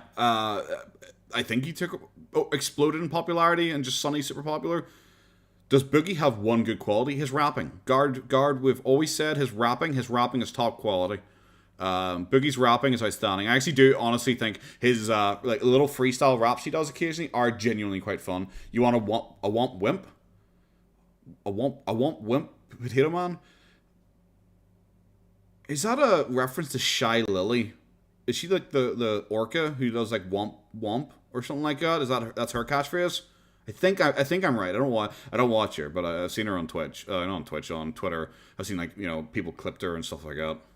And I think it's he is fat and you would not have sex with him, Travis. That is a brave statement. You're not welcome in our chat anymore because we all would. Obviously we all would. All of us here would have sex with Boogie for the right price. I'm sure. Become increasingly difficult. It was autocorrected. Okay, so womp. Okay, yeah. Shy Lily, yeah. I don't know. Shy Lily is one of those ones. See, Jack would bang Boogie. He didn't even say he wants paid for it. So, like, he's being honest. Yeah, Sen Kiwi, the Hitler Tesla app was unironically the funniest thing Boogie has ever done. It was actually funny. Thought of the new Henry Cavill directing a Warhammer show. I don't think he's directing it. I think he wants to star in it. He's going to be like the executive producer for it because I think I saw on his announcement like tweet or something like that. He said that they're looking for like a showrunner and a director and stuff like that. I think that could be class. I really do. I really like Warhammer. And Henry Cavill is like mainstream enough where he could have the pull to actually make it happen. But the biggest problem with making Warhammer 40k into like a series or anything like that is it is so dark. How are you going to do that and not have it be like, because it's like way darker than like the darkest thing that happens in Game of Thrones is nothing. It's darker than anything, like anything you could think of that appears on TV. It is darker. When I'm going to review the Boogie documentary, The Whale, I've been keeping an eye out for it repeatedly. But our cinemas over here aren't great. They don't show a lot of. We get like the big American movies and a couple smaller ones occasionally. Didn't Warhammer coin the phrase grimdark? I don't think so, but it wouldn't surprise me if it did. But we don't. The Whale hasn't shown up as being shown over here at all, and I'm really sad about that because I really like Brendan Fraser, and I think The Whale actually looks like it could be pretty good. Darker than Requiem for a Dream's closing sequence. Have I seen Requiem for a Dream? I don't think so. I've heard the name before, but I don't think I've seen it. Yes, that's the thing. There really are no quote-unquote good guys in Warhammer 40k. I dropped my dogs. God damn it, not a fucking game. I'm going to need someone to come and pick them up for me and stick them in my face. But played at our indie theater and it was great and it was sad. So that's the thing, Mama. I really actually want to see it. Would I put Boogie's diabetic foot in my mouth? Well, yeah, because the diabetes is what gives it flavor. It'd be probably quite sweet, wouldn't it, Big Boss? I think that's the case. You want Warhammer that focuses solely on orcs. That could potentially be funny because they did that on Warhammer Plus, didn't they? They did an animation that was based on the orcs. I think I haven't watched a lot of Warhammer Plus. Juicy, yeah. Well, that's the thing because like the seepage from the holes is. I'm gonna stop. I need to stop all of this. I mean, it was grim. Ross, I'm a big fan of the books. I read the books constantly. Jack, and just because of that, I'm going to talk about them even more. Like, imagine you're sucking on one of those toes and it just pops right off. The diabetes takes a toe right as you're sucking on it. And just... We're watching this fucking video. To achieve in this world. I want people to exist together. I want Republicans and Democrats to harmoniously work together. You just said that you don't care if Kanye West ever recovers and feels better and gets his mental health sorted out. And now you're like, but I want everyone to get on. Well, apart from Kanye West now. Apparently, apart from Kanye West, Nick Fuentes, Tucker Carlson, whoever the other smug guy was on Fox News, that probably doesn't narrow it down for Fox News, you know? I want conservatives and liberals to agree on things and work on the things they agree on. I want us to accept that people around us will not feel the same way we feel, but we know that we have to exist in the same space, and we choose that harmony and kindness and love, and people like Kanye are doing their best to make sure we don't achieve it. And that sucks. What's up? No, I didn't mean to click on that one. You call everyone you don't like. So that was a video, by the way. You call everyone you don't like QAnon, MAGA Republicans, and imply that all of them are anti-LGBT and racist. That's literally what you did to me. You implied that I was QAnon, homophobic, and racist. Because I don't even know. I don't even know, because I made a couple of videos about you that never once mentioned LGBT, race, or anything, you know? But you're just going like, oh, but Kanye's out here trying to divide us. No, you're out here trying to divide people. You're just upset that Kanye's on the other side doing what you do. Like, fuck off, dickhead. Would I drink a sour toe cocktail? Probably not sour. If it was sweet, like if it was a diabetes sweet, I'd drink that. But if it was like a pickle toe fermented, nah, probably wouldn't be for me, dog. Oh, God. You were with me must mean you're a part of the Aryan Brotherhood. Exactly. Why else? Why else would you not like Boogie? It must be because you don't like black people. If you don't like Boogie, it means you don't like black people, I guess. Or if you don't like Boogie, you must hate trans people. Because as we all know, Boogie, the brave black trans woman that he is, it's a bizarre claim. Remember when he did his cancer thing and he said, I've already had to block 200 accounts that all made fun of me for having cancer, and all of them were QAnon accounts. And I was just like, bro, who are you even fooling? Who do you think like you are actually playing to? Oh yeah, I forgot he they them is also bisexual. Yeah. Yes, he did say black women smell like horses. I think he claimed that was like his Indian intern or something like that, because Boogie pretended that his website was big enough to have like a team, even though from like what I've seen of his website, it was like him and two other weirdos like edgelord posting just constantly. That's the thing, Chad. How can a potato be homophobic if I am gay for both Warhammer and VTubers? Have you seen Space Marines? God damn it, sir. I'm all over those giant metal men in like 17 fucking wheelie bins full of armor. Like, Jungle Boogie. I think I downloaded that song because I was going to do... that was ages ago, back when I was planning to do my documentary. I was going to play Jungle Boogie at some point. Just try and find a way to fit it in. There's also... what's it called? Boogie Woogie or something like that. And also Boogie Travels or something like that. There's like an actual song for like Boogie Travels or something like that. How does that make it any better? I don't even know. I don't even know. I don't know anything. I don't know anything anymore. No wonder Magic wouldn't like him. That's it. It's why his video on the Magic is Dying feels so bitter. Like, this is like, this got a decent number of views compared to a lot of his stuff. 39K, it got more than his chronically ill clickbait one after his cancer video. It got more than his weird dating guide video. Like, I mean, maybe he hasn't pushed more for Magic the Gathering content. Maybe he'll use this as an excuse to do more pack openings, and hopefully he does. Like, hopefully he does, because I now that I'm into Magic, I feel he is spiteful. Now that I am into Magic the Gathering, I'm just like, why did you immediately stop doing pack openings? It feels like you are just doing this deliberately to mess with me. What's going to happen with Octaris spelling butchered? I just talk about the Warzone in general, or like the Kill Team or whatever. I don't know. Like, Warhammer has about dozens of giant, oh my god, if this goes this way or this goes that way, the entire Imperium will fall overnight kind of thing, War of the Beast style. So I don't know. It's like the Sock, I think, is it Sock Dynasty in the Pacifica, in the Sectarum Pacificus. I think they're like a super huge deadly threat as well. And if they expand out, they're going to overrun the universe. All that stuff. Like, High Fleet Leviathan is still bubbling about. I think that's the one that's actually in Arcturus right now. Yeah, I don't know. I think there's like plenty. There's plenty of like, oh my god, the universe will end threats constantly. Have you looked at this TikTok lady? He whined about YouTubers punching down a lot last week. I haven't actually watched his TikTok. Usually his TikTok is one I go back to. I just at the end of the month, and I just watch his TikTok because I don't like to keep up with his TikTok as time goes on because they're generally boring. It's Warhammer miniature board game, kind of like D&D. You can do a D&D version of Warhammer, but it's more like wargaming style. It's not like a role-playing game. It's you just have.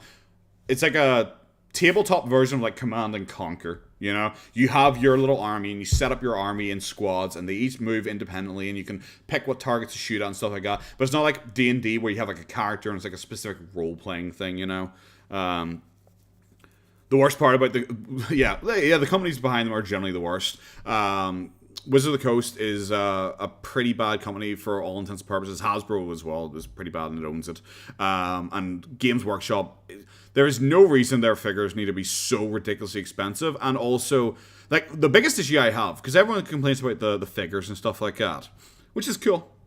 People complain about the figures. I don't collect as many figures as I used to, so it doesn't really affect me too much. What annoys me is the books. This is the book series. Because I really like the books. And I have a lot of the Primark book series. Sorry for anyone who doesn't care about Warhammer, but it's going to be Warhammer for the next 5 minutes. For anyone, guess who's back? Back again. Lisa's back. Tell Potato Man. That kind of works.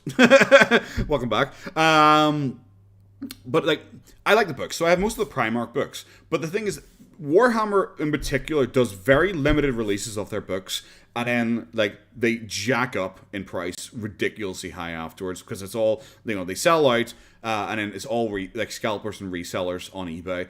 And like I have most of the Primark books, but to get like the other ones when they were like £12 when they came out, they are now like selling for fucking £200, £100 on eBay, and it's like, fucks, I don't want to have to pay that much to fucking buy those books just to finish my collection. That's really irritating. And then there's no guarantee that Games Workshop will ever do like a reprint. Every once in a while they do like a reprint of like one of their bigger franchises. They might do it, I guess, but they probably won't. Is Boogie a demon of Slaanesh or Nurgle? Obviously. Oh, okay. Thank you very much, Michael Bazan, for the super chat. Thank you very much. I'm glad you like my videos, my dude. And thank you very much for the super chat. I'm glad you could show up as well. I don't recognize your name, so maybe new, maybe you haven't chatted before, but welcome. That's a good question, Big Boss. Demon picking Slaanesh or Nurgle? Deep lore explanation. See, I kind of want to go Nurgle because he is just he looks like a Nurgle. He looks like a great unclean one. But because of how creepy sexual he is, I kind of lean towards Slaanesh. But he's also got a bit of corn because he has a lot of rage buried deep down inside him. He has a lot of rage buried deep down inside him, so he's a bit of a bloodthirster as well. It wouldn't be Zinch because like Zinch is like intelligent and smart and everything like that. So he's like a mixture between the three. He's Nurgle for just physical appearance and probably smell. He's Slaanesh because he just wants to like fuck everything around him, and he's Khorne because probably after if you mock him for being an unclean one or Slaanesh, he probably will fucking get angry and like shoot a gun in the air or something like that. So yes.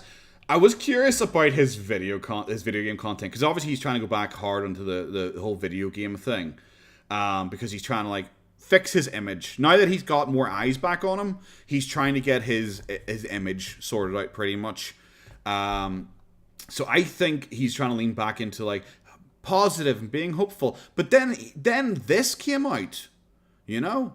This suddenly came out, and that just seems so... That doesn't seem to work with, you know, what he was going for. Because it's like, oh, I'm traveling again, guys. Oh, video games, guys. Oh, I'm hopeful and positive, guys. I begged 3 months ago, and let's see how this went. You know, it's just like... You were doing okay. Like, the view count-wise, you weren't doing amazing or anything like that. But you were, like, moving towards being more positive again. You know? Yeah, Mom, that's the thing. You just kind of have to just be yourself and just chill and just like, are we back on Boogie? We are back on Boogie. We've moved away from Warhammer. We're back on Boogie again. But it just seems so weird that he's just gone back to this. It kind of torpedoes this whole trying to be more positive and talk about video games and not talk about personal things anymore. And now we're straight back to personal stuff again. But I was curious about his gaming content because it was so funny watching his Game Awards thing, which is just, it's kind of a joke. And never at one point did he say it was a joke. It's just him, like, reading through the categories, being like, I haven't played that one. I haven't played that one either. No, this one? Oh, no, I actually haven't played. It was just, he hadn't played, like, 90% of the games. And he skipped a whole bunch of categories, you know? And it's just like, I was thinking, I don't know, when's Crunchyroll's Anime Awards? Crunchyroll Anime Awards. Anime Awards, because I haven't really watched like any anime this year. It's just, I've been really busy. But it's like if I did like it's like if I went and I did like a review of like the Anime Awards or something like that, and I was just like going through, and it's like nominees. It's like, okay, nominees for Anime of the Year. 86. I haven't seen that. Attack on Titan Final Season Part 1. Nah, I didn't actually watch that one. Shit. Jujutsu Kaisen. God, I haven't watched that one. Odd Taxi. I haven't even heard of that one. Sonny Boy. Haven't even heard of that one. I watched Ranking of the Kings though, so I guess that wins. That's how he did his review of the Game Awards. It is like, no, haven't seen, don't even know what those are. I saw this one, I think, so I guess that one wins. And that was that's how bad his take was on like the video game awards. It's like, this is why your video game content isn't doing too well, because you don't even know what you talk about anymore, you know? Attack on Titan's good. I've heard 86. I've heard 86 is good. Attack on Titan Final Season Part 1. I watched like the first couple episodes of it because I read the manga. And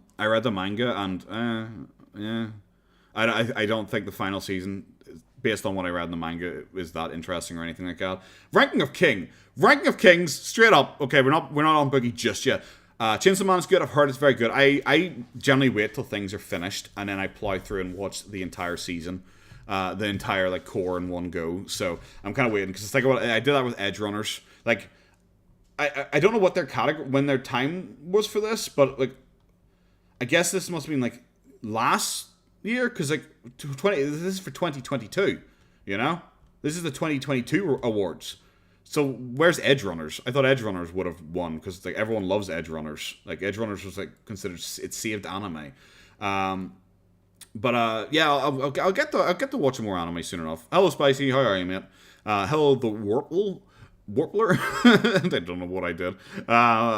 Me and my brother so angry. Yeah, I understand that it was bizarre. It was bizarre in some ways. I haven't actually read the very last bit. When I read through it, there was like 2 chapters left or something like that. Like very very little left in it. And then I heard someone say what the ending was, and I was like, no, I don't even have to read that. That sounds fucking stupid. It was. I don't want to spoil it for anyone who might watch Attack on Titan, but when like they revealed like the wall, the thundering, rumbling, whatever the fuck it's called. Whenever they revealed that and the big skeleton thingy-majig, hopefully that's not a spoiler, I was just like, when I saw that, I was like, I'm done. I am so fucking done. Also, spoiler for Attack on Titan, if anyone gives a shit, it's an old-ass anime. And also, rumbling, that one, thank you, Travis. If anyone watches, it's like back, okay, I'm sorry, spoiling Attack on Titan, 3, 2, 1, blah. I remember I watched Attack on Titan when it first came out, and it upset me immensely when I saw people being like, because he showed the female Titan, and I saw people like drawing fan art and being like, female Titan is so cool, but manga readers, don't spoil to me who the female Titan is. It's like, bro. Aaron going all Hitler. Yeah, that was kind of funny, to be fair. But it's like people being like, don't spoil who the female Titan is. Okay, yeah, someone tell Marathon when it's over. I'll type in chat when it's over. But people are like, oh, don't tell me who this female Titan is. And it's like, bro, there are 3 female characters in this entire show. 2 of them are fighting the female Titan, and the female Titan looks exactly like the 3rd female character. Take a guess who it is. And then there are like 2 characters who look the same, you know?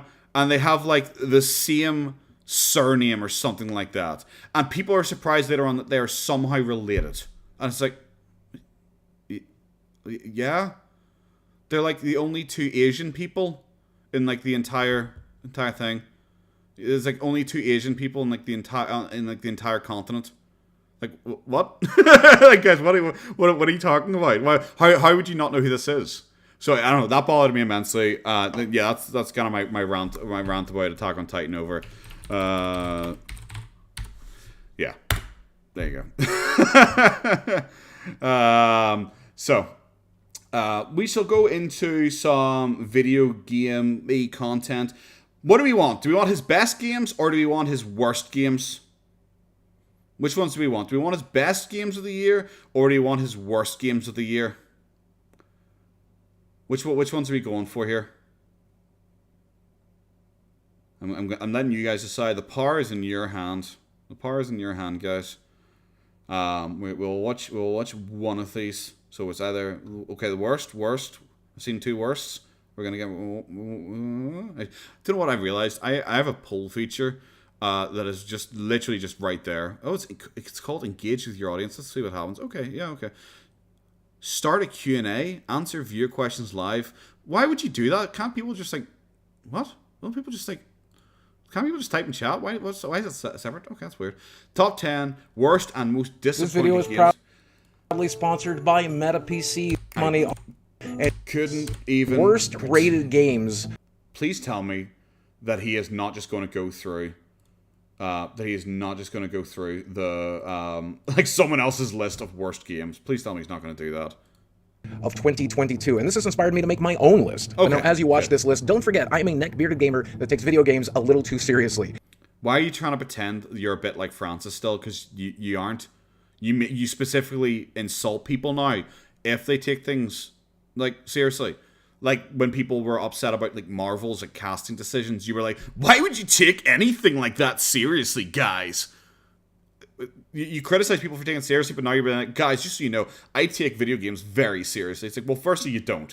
The biggest video game you played recently is Marvel Snap, all right? So calm your tits there. And you don't.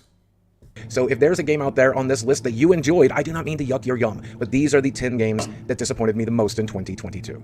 The Postal series has always been kind of tongue-in-cheek, and with Postal 4 they set out to make fun of bad video games, but accidentally just made a bad video game. The graphics are bad, the gameplay is bad, the story is bad, everything about this game is bad, and it's just not even that fun. I have a juvenile sense of humor, and I enjoy juvenile things, but in this case, Postal 4 was too juvenile even for me. So if you don't enjoy the story, if you don't... Okay, I hate a scripted content because the scripted content generally isn't as fun. But it's just like, I haven't heard anything about Postal 4. I've only ever played Postal 2, I think it is.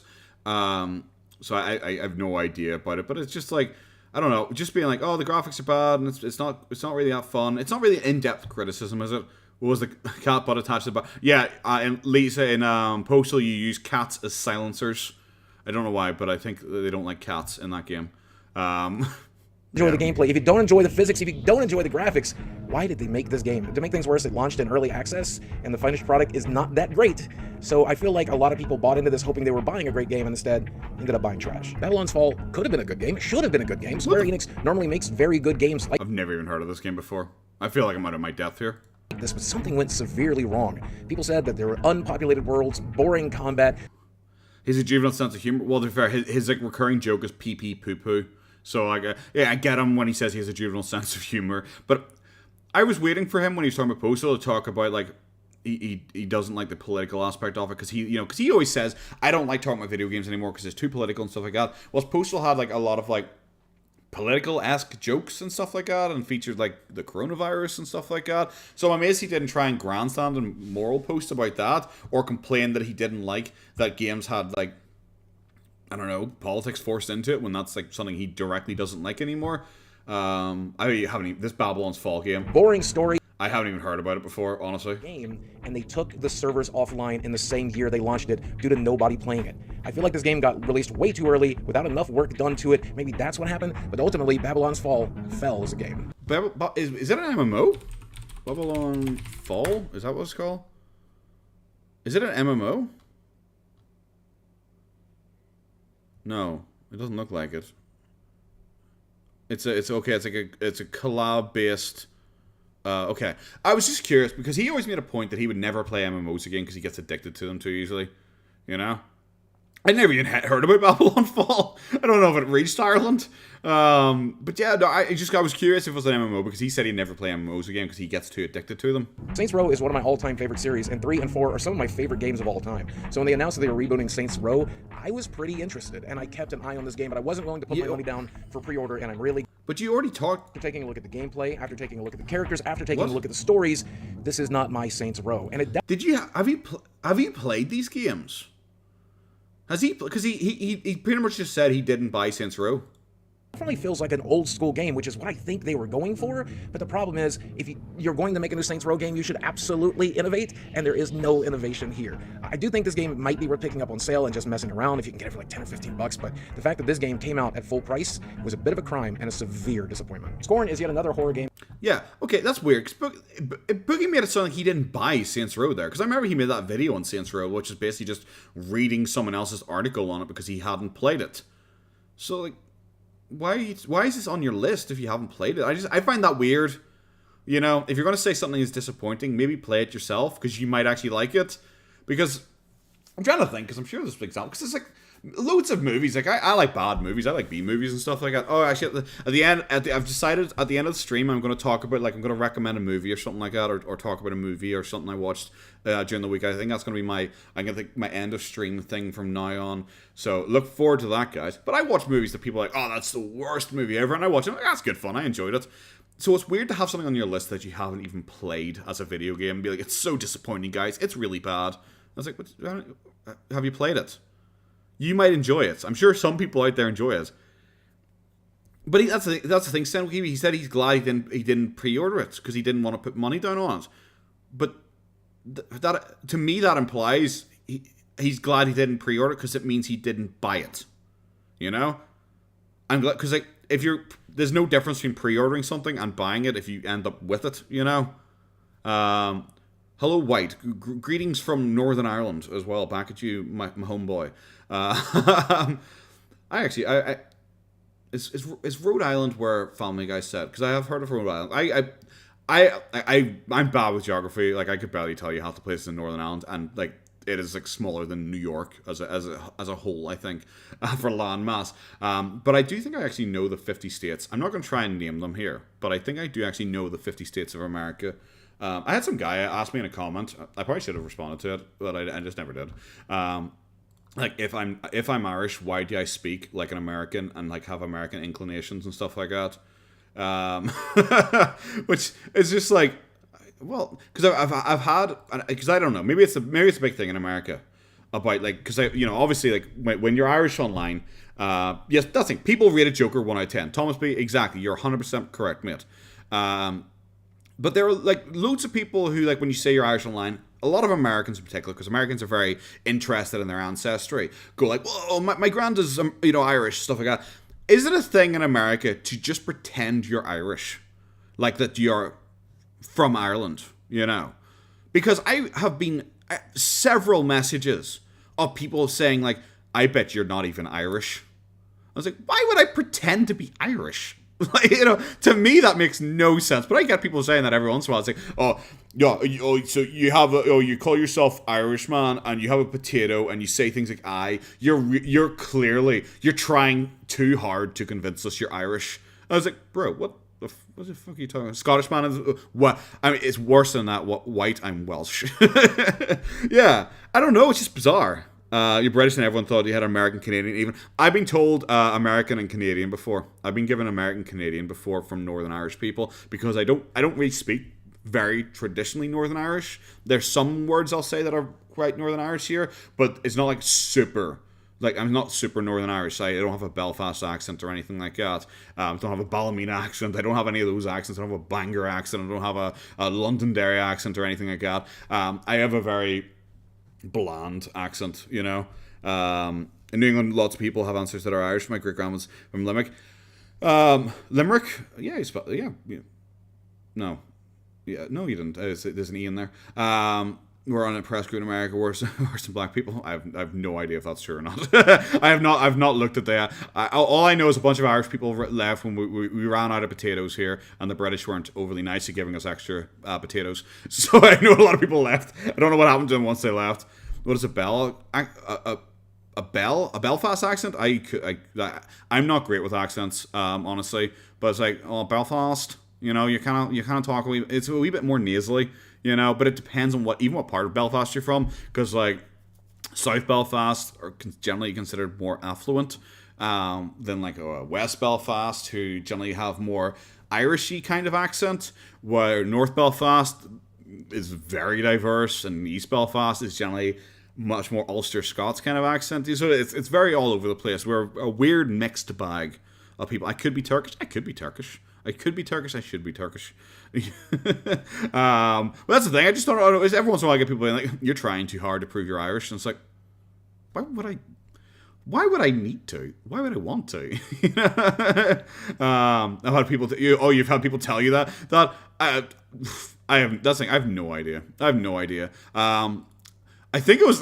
I don't know if this is historically accurate, but I think in a Jackie Chan movie, I think it was like the one Shanghai Nights, the one with him and Owen Wilson. They like showed like the Chinese were like treated like slaves or something like that. I have no idea. Before someone gets upset and goes like, "Oh my God, you trying to?" I have no idea what I'm talking about. I am Irish. I do not know anything about American politics, nor do I care. You know, always weird to see Europeans being racist to that. It is just always weird, isn't it? That's the thing. I mean, that darn. I'm not even. Don't give me American. Give me something more obscure than that. That darn Sudanese man or something like that. Something very obscure. You know, I have to be something like really odd. You know, like something way out there. I knew you weren't Irish when you pronounced scone like scone and not like scoon. I'm gonna give you all, because I think I say vase and vase very weird, because I say vase, most people say vase. Also, I think I say like Audi in an American way, because I say Audi when most people say Audi. I don't know. My accent's kind of weird. I watched a lot of American TV show. That darn Turkish man, that darn that has been that darn New Zealand man. You have to get the gender in there as well. Like, come on, that darn surströmming. That's the fish, isn't it? That's the fish. That's the smelly fish, isn't it? Surströmming is the fish, isn't it? Not by my voice, but I've been asked if Siobhan and Deidre. It's Chinese, white, Lebanese, and Japanese. I'm Mexican. See, I have to admit, I wouldn't actually know. Like, I can kind of tell, like, because I'm a bit of a wave. Like, I can tell the Japanese and Chinese apart. Lebanese, I don't know what that Lebanese sounds like. You know, I don't know what Lebanese sounds like. Yeah, I don't. Sorry. Some challenge videos are my favorite challenge videos. I don't really watch a lot of challenge videos. I think I watched King Cobra do the surstrumming before. Which one just I probably don't want to say Mama D, but yeah, like a lot of people, because I remember seeing, I think it was Yahtzee Croshaw, you know, zero punctuation. Him and his friend, an Australian guy, used to do it, and they always pronounced Siobhan as Siobhan or something like that. They always physically okay. They always pronounced that as Siobhan, which I get. It's like a Saoirse Ronan. Like Saoirse Ronan. Like, no, I think when it's written down, no one knows how to say Saoirse. But I'm not even. Honestly, I'm not even that good with Irish names because there's a wide variety of them, and I know like a lot of the more common ones because they're ones I hear all the time. But every once in a while, I will see a name written down. I'm like, I don't entirely know how to say that. And in Northern Ireland, like, struggling to say like an Irish name is nearly like a political statement to some people, so it's always one you have to be a bit careful about, which I don't know, maybe it's the same for America, saying like more traditionally black names or something like that. Maybe it's more like saying traditional black names or something like that. But over here, if you don't know how to say like an Irish name or spell an Irish name or something like that, some people would be like, "Oh, okay, so you're one of them then," But it's just like I don't know. It's just like I don't know how to spell a lot of names, In school, yeah, Siobhan. My sister hated the name. Name of my okay. Oh, that makes sense. I like Irish names. I think Irish names sound very nice. I think Irish names do sound very, very nice. Here for mispronounced Native American location names. But yeah, okay, makes them's and us'ns exactly. Yeah, 100%. Like people can be very weird about it. Seamus, Declan, and Siobhan were very popular where I grew up. I do like Seamus, but I always just think of the wrestler. I do always think of the wrestler. African names never said right. I can't even say it. That's the thing. I know I'd actually, because I remember I like Pros ZD, I think his name is Sungwon. I remember he did a video about like having a non-white name, and I was always one of those ones because I do feel bad if someone says a name to me. I do want to try and say it right if I can, but I am dumb. It's like.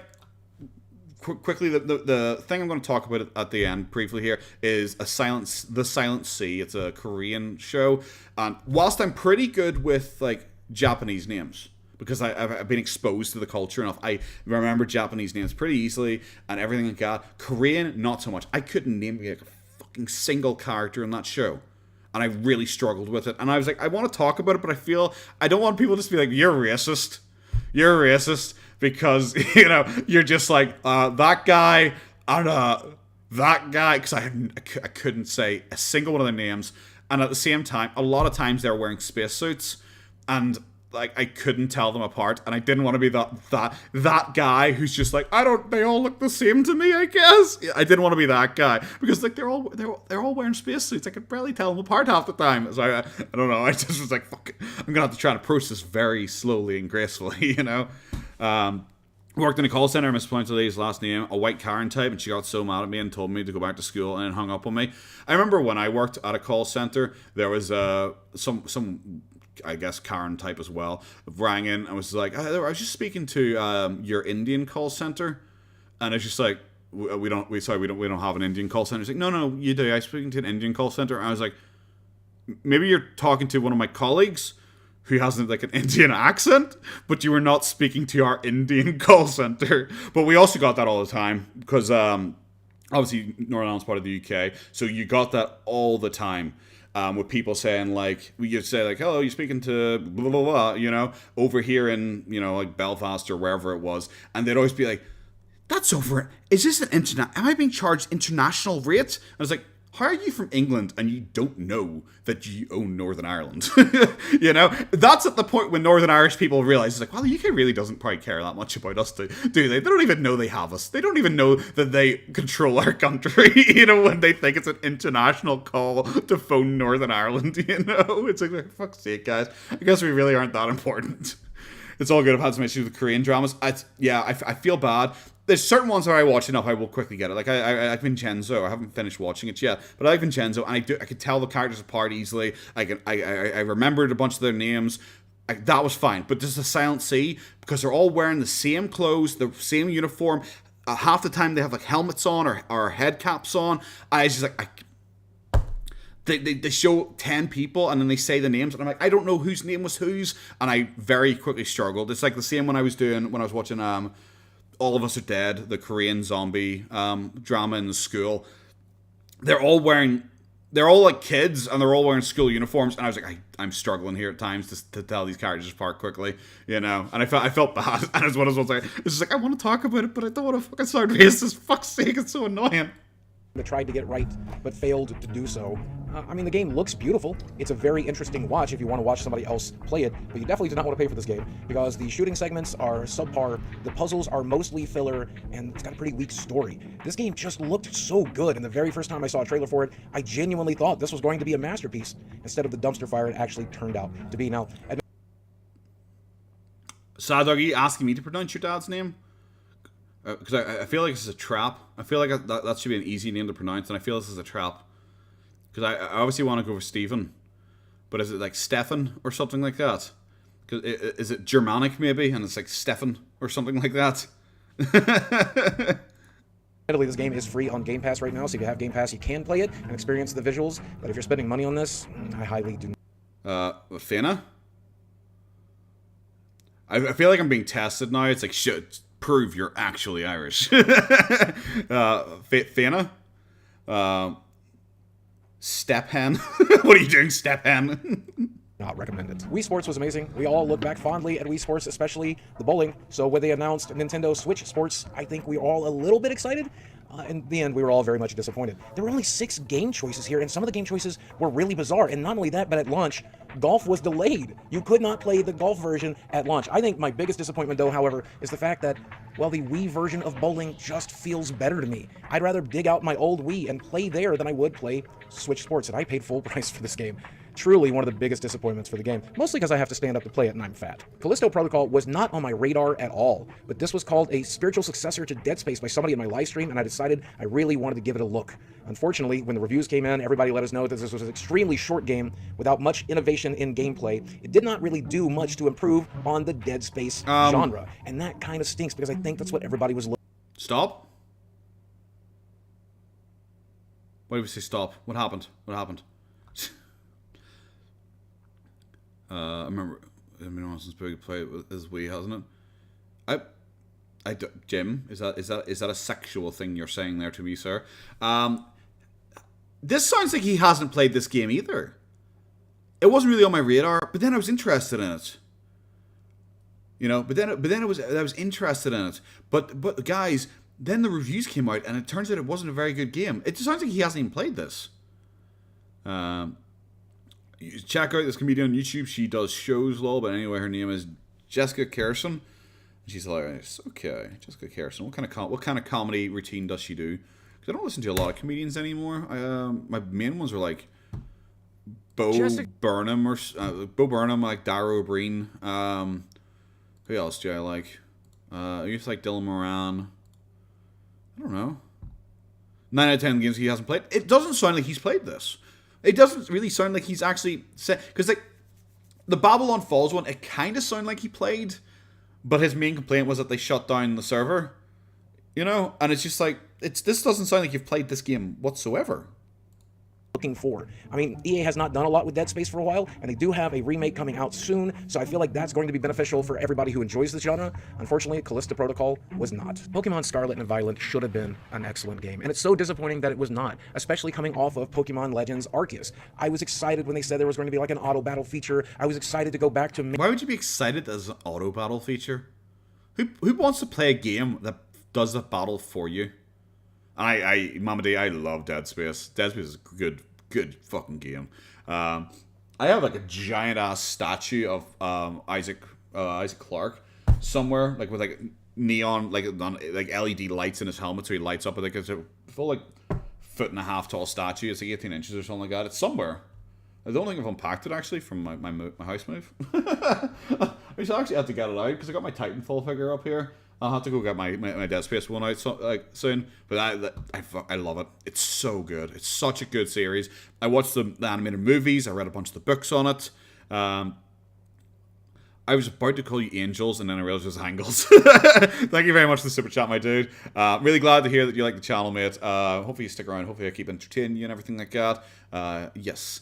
Fry Guy, you have missed very little. It's one of my things. Very little. I know I've never played Dragon Quest. I've never actually played Dragon Quest. I've played a lot of really recently. I haven't really played a lot of games. I've been watching a lot of shows and movies and stuff like that. Doing a lot of family stuff. So I haven't actually had time to play video games in a while. Even like War Thunder, I was playing that a lot. Even then, I haven't actually done any like War Thunder stuff in a while. 18-inch.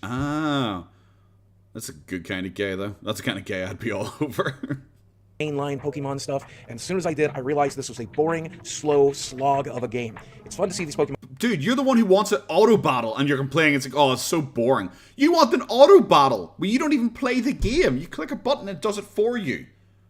You can't complain that it's boring if you want a game that plays itself. Okay. The Dragon Quest anime is absolutely amazing. I didn't even know there was actually an anime for Dragon Quest. I knew there was games, but I never actually did. Did a Resident Evil game drop recently? No, an expansion pack did for Village. There's a DLC, like Rose's Quest or something like that. I haven't actually played Village yet. I haven't played 8. I haven't even played 7 actually. No, I haven't even played them. I got them recently on the Humble Bundle. Did like a Resident Evil thing. I got them recently, but yeah, no, I haven't. I do actually need to sit down and play those at some point, because I played through the remake of 2 and 3 again fairly recently, and I love those games. They're great. But yeah, no, it got the DLC recently. Apparently it's good. I've seen a couple of VTubers playing it. He still is. He wants an auto win. Yeah, he genuinely wants a game that plays itself. Like, what is the point of that? Like, on a mobile game, I could understand. You have something that's like, oh, okay, auto clear that, auto clear that. That's fine. But like Pokemon game, like, you kind of want to be, because like, you don't have to sit down and play and fight everyone. Especially in this one, it's not like random encounters. Like the Pokemon actually appear. Like, you can see a Pokemon's there. If you don't want to fight that dude, you don't have to. You can walk past him. Have I played Doom? Are you talking about the original or the remakes? Sorry, the new ones. Because I played Doom 2016. And I played a bit of Eternal. I wasn't that fussed on Eternal, but I played 2016. Wasn't it? That came out, the new version of Doom. So yeah, I played Doom 2016. I played, I think, Brutal Doom. Like that was the mod, wasn't it? I played that like ages ago. Have you played Choo Choo Charlie's? Choo Choo Charles. I have not. I've seen that. I don't know. It doesn't really look like my thing. Should I become Markiplier, guys? Should I play Choo Choo Charles and scream a lot? And I don't know, get children to watch my content so I can become a multi-millionaire? Should I do something like that? Enjoy a real man's game. I don't even remember what I said for the games I was talking about. The Resident Evil games, was it? The party. Hey JC, don't worry, mate. You probably missed very little, honestly. Potato Plier would be a fantastic name. I always was curious because I would like to get back to talking about movies and anime and all more. Probably not video games. I don't really think that's my wheelhouse to talk about. But I'd like to get back to it. And I was always like, I don't know if I should put it on my main channel or make a side channel. I'm probably going to put them on my main channel and see how they perform. And then possibly, if they do well enough, I'll move it across to like a separate channel. But who knows? Who knows? Don't forget the OnlyFans too. Well, that's already up and running. You guys just don't know about it. That's for my face reveal. You'll all find out. You'll see my face reveal and my butthole reveal at exactly the same time, guys. Again, it's fun to collect them. It's fun to see the new ones, but so much of this game either didn't work, or when it did work, was just extremely boring to me. I know eventually. Color Out of Space. I haven't even heard of that one. I haven't. The Nick Cage. Yes, both heads, both heads angles. The only Nick Cage movies I've watched recently have been Willy's Wonderland and The Unbearable Weight of Immense Talent. Butthole and face in the same picture. Yeah, it's going to be a goatsy image. It's going to be a goatsy image, sleepy. Going to be bending down, peeping back, and giving a good old spread. I should probably stop talking about this shit so much. I'll go back and play this game after it's gotten a few patches and it runs better on my Nintendo Switch. But beyond that, I just cannot believe, after Pokemon Arceus, this game came out in the state that it did, and it was as boring as it was. This might be the very last time we get a Pokemon game like this. And I think that's for the better. Gotham Knights kind of broke my heart this year because I was excited for this game. I do love the Batman Arkham series, as most people do, and I thought a multiplayer version of that should. I forgot this thing even existed. Also, Boogie, why would you want to play a multiplayer game? You don't have any friends. Like, mainly for me, the biggest turnoff if I ever see a game and it's multiplayer, I'm gonna be like, no. Color Out of Space is based. Oh, is that the one with like the purple cover? I think it's like a purple cover. It's probably very vague. Color Out of Space. I think it's the one with like the purple cover. Yeah, it's the one with the purple cover. I've seen that one before. Yes. Is it good? I'll have to check it out. Oh, it's about people. I heard Mandy was good. It's producers of Mandy. I haven't seen that. Seriously, never played a single Pokemon game. Fuck, I can't remember the last one I played. It was on the 3DS, I think. I think it was like Black and White or Black and White 2. It was one of those ones. I think I don't know. Right, the Pokemon I'm not huge into. Okay, yeah, I'll have to check out that because I do like Nick Cage. I have Pig saved. It was on TV recently, and I have it saved. I've heard that's pretty good, so I'm going to watch that at some point. Be excellent. That's not what this game turned out to be. In fact, it was a huge downgrade from previous Arkham games, looking even worse than the first one. The graphics, the gameplay... He's just not... Like, I have never played Gotham Knights, and he's talking about it's just graphically a downgrade. It's like, even I know that. And I forgot this game existed. I've never played it. It's like, what new information are you given? Like, nothing of this feels like personal opinion. You know? Like, this feels like I could give this opinion. I could give the exact same opinion he has given on every single game by me just reading an article or reading like an IGN review. You know? I feel like I could give an accurate representation the same way he's doing just by reading like 2 user reviews. You know? Stay Alive, the movie. Is Stay Alive the one with the... I'm gonna have to just keep describing covers. Is that the one where someone's like holding a controller? Yeah. Okay. Stay Alive. I've never actually watched that. Wait, have I? I think I recognize it. Have I? I'm sure I've seen this before. When did this come out? Did this come out a while ago? Because I think I must have watched it when it first came out. 2006. Maybe I watched it back then. I recognized it the second I clicked on and I saw the characters. Yeah, it's just like a nothing. It's just like a nothing video. He's saying absolutely nothing here. You know, it has a graphical downgrade. It's like, mate, I've seen that side by side picture too of this against Arkham City. I've seen that too. Cool. You know.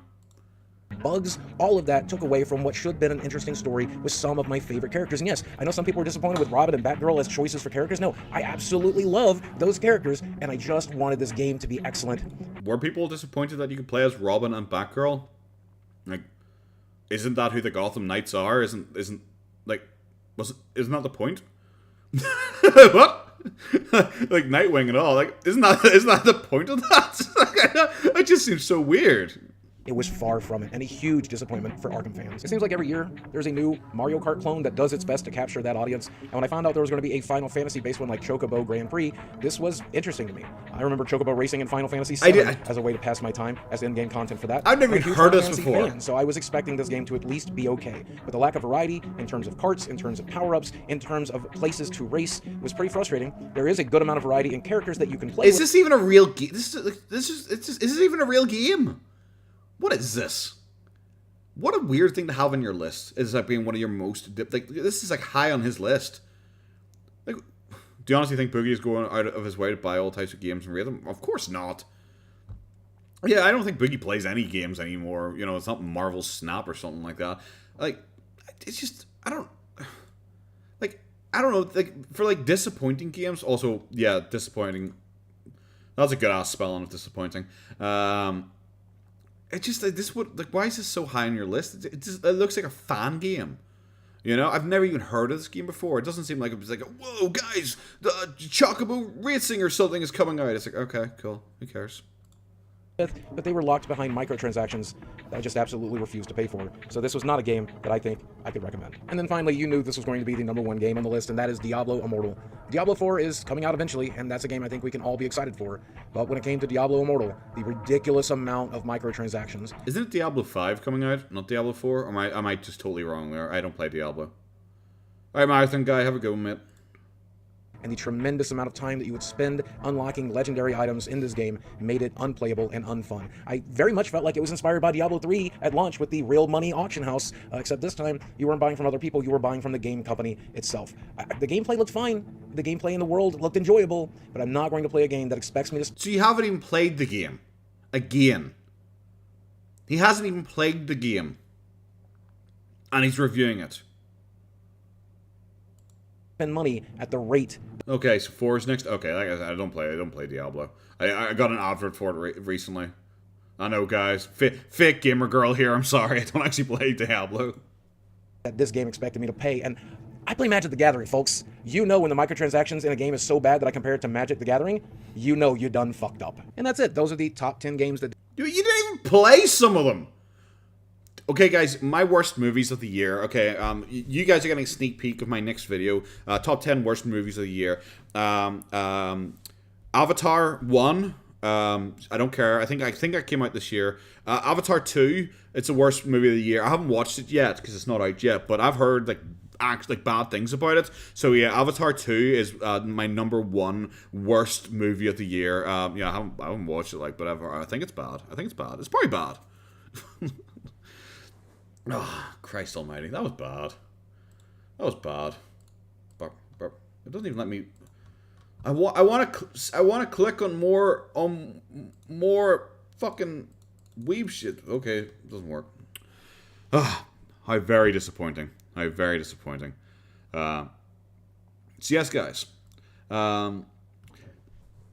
Excuse me. So yeah, probably the next video I'm gonna do is I'm gonna do one on Attack on Titan. Yeah, that's just that one best picture, best anime in 2022. Even though I thought the final season 1 came out last year, so they mustn't have done this. It must not be. Like, I wonder when the next awards show is going to be. Control 2023 awards.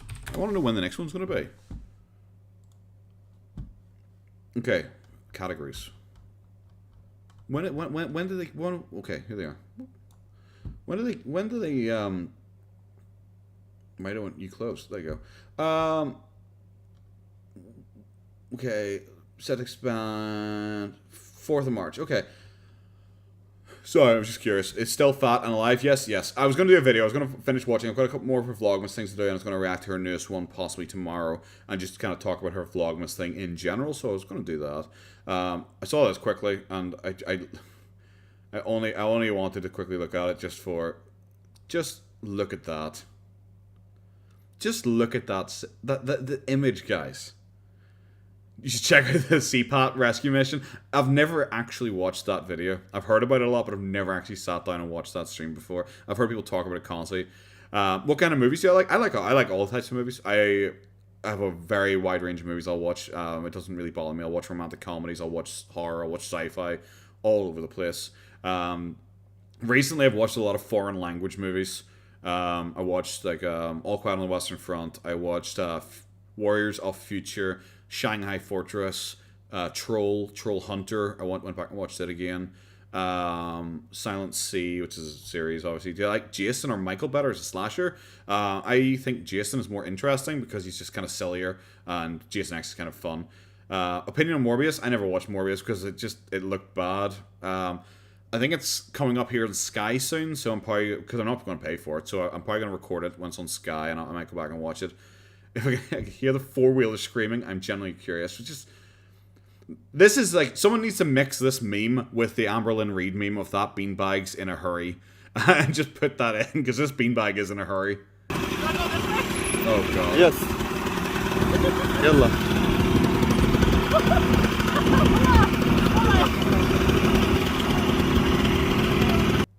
Is that thing just struggling to move because of how heavy she is? Like, why is that going so slow? Mamadi, yes, I saw Troll and Troll Hunter. I went back and watched Troll Hunter again after I watched Troll. Troll Hunter is better in my opinion. I like Troll a lot, but I think Troll Hunter is genuinely a better film because it's just more interesting. It's like one of the only found footage movies I actually like. She exceeds the weight limit by twice the amount. Yep, thought so. Like, I've been on ATVs before. They can go fast, you know. They can go fast, but Jesus Christ!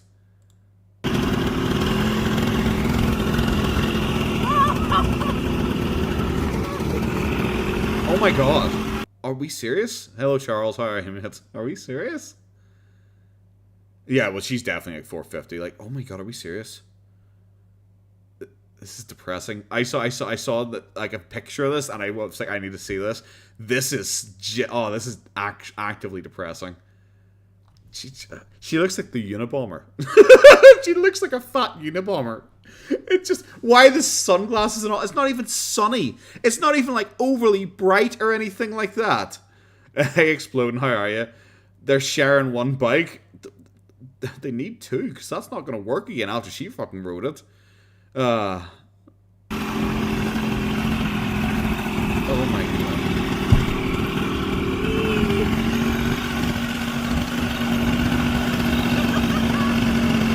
Bravo! This is like, when you get on something like that, you want to go fast. You want to go fast. You want to have a bit of fun. This is pathetic. On my commute from LA to SD. What is SD? San Diego? And no problem, Charles. I'm glad you like long content. That's why I like long content, because I like to see it have something going in the background myself, my dude. I hate having to change videos and stuff like that. So I have like playlists for when I'm driving long distances, which, to be fair, in Ireland it is difficult. You never really drive long distance in Ireland, like. But no, I'm glad to hear they helped me out.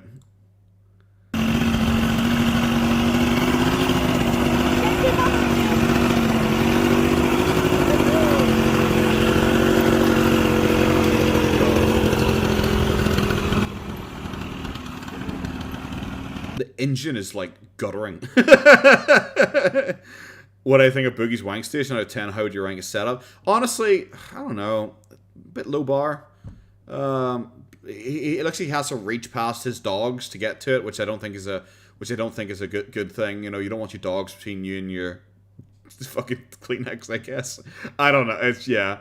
It was well set up to him. It was well set up to him. It was very, yeah. It was very clearly staged for that photo, just so he could talk about it and imply. I love that it even says, like, I also keep various different types of shampoo and feminine products around in case women come round.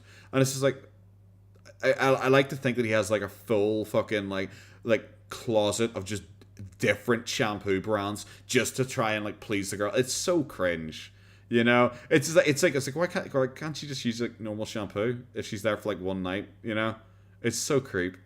While his dog's sleep on his stomach is grim. Yeah, be like a waterbed for the dogs.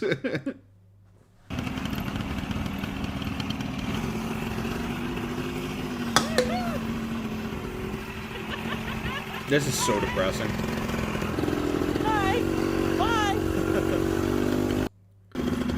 Whoa, the sun. All right, you guys always wanted to see me. Why did you take the sunglasses off when you got off it? Oh, I've heard this is her new arc. I haven't watched any of her recent videos. Oh my god, she's still going. Is this the entire video? Oh my god, that engine. Baby. Oh my god. Why you freak out? You are doing a great job so far. That engine is struggling, and it's going fucking downhill. How does it struggle going downhill? You think Boogie would squish any woman? That's yeah. Like the one thing I laughed at was when he was gloating about the fucking about the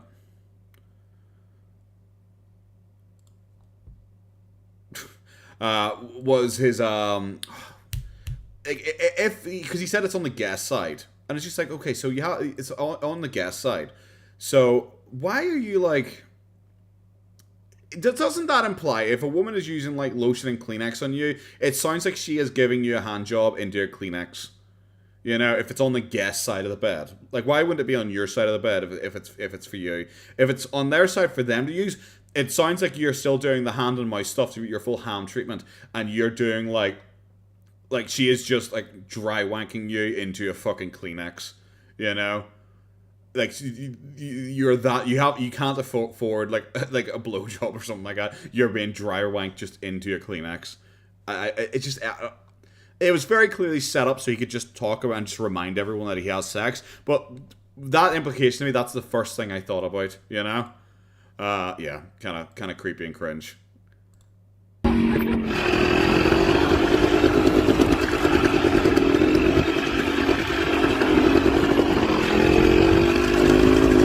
He really thinks he's so cool. I'm sorry, you're still driving that ATV slow as all fuck. Yeah, Boogie, I'm not alone on the holidays. I'm having a friend sleepover. Yeah, we all believe you. That's why you had it. Like, it's also like he traveled. He said his current girlfriend is a long distance girlfriend, and that's why he traveled. He said that travel content was him traveling up to see her. But now he's like, oh, but no, like it's girls are staying over at my house. It's like, but you just said you have a girlfriend who's long distance, and you travel to see her. So, did you accidentally let's say again that you traveled for a sugar baby, and you just have more local sugar babies as well? Like, I don't know. It was all over the fucking place, and just incredibly cringe. Yes.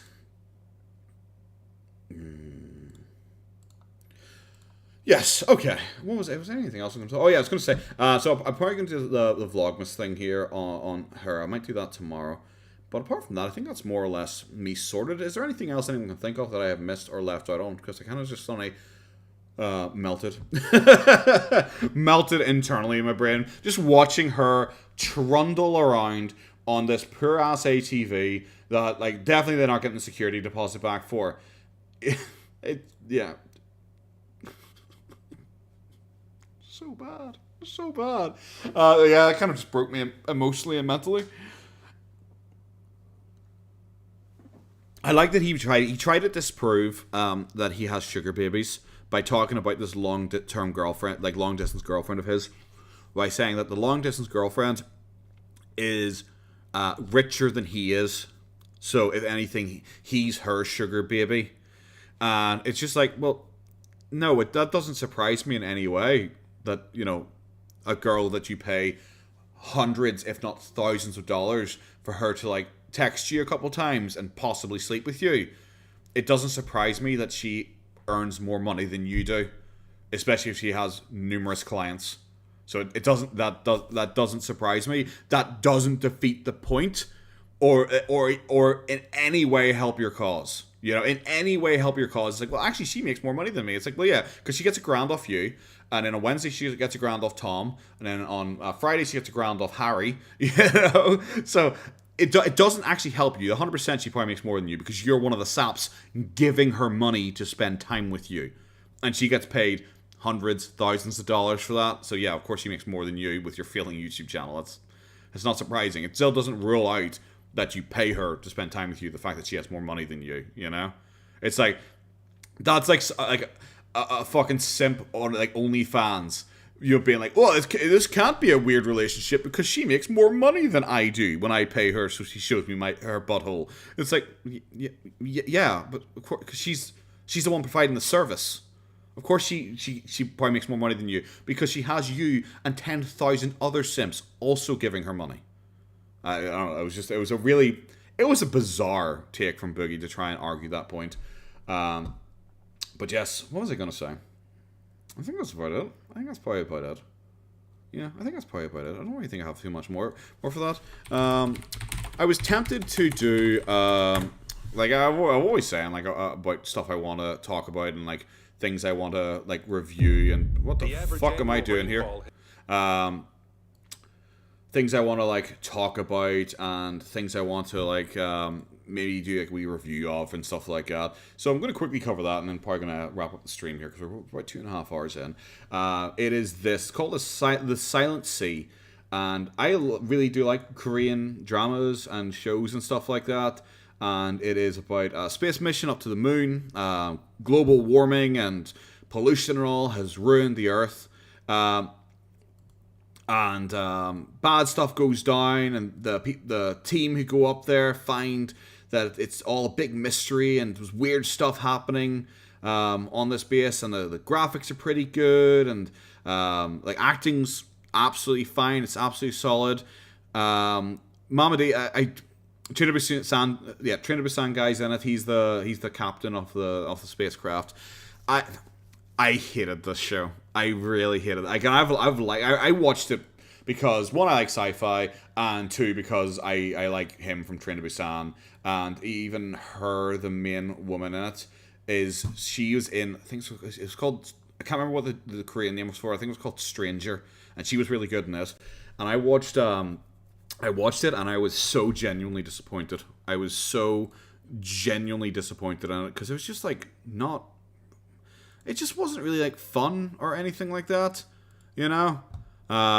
It just really wasn't fun or anything like that because there's a big overall mystery to it, but it's 8 episodes long and it has enough for like 4 episodes at most.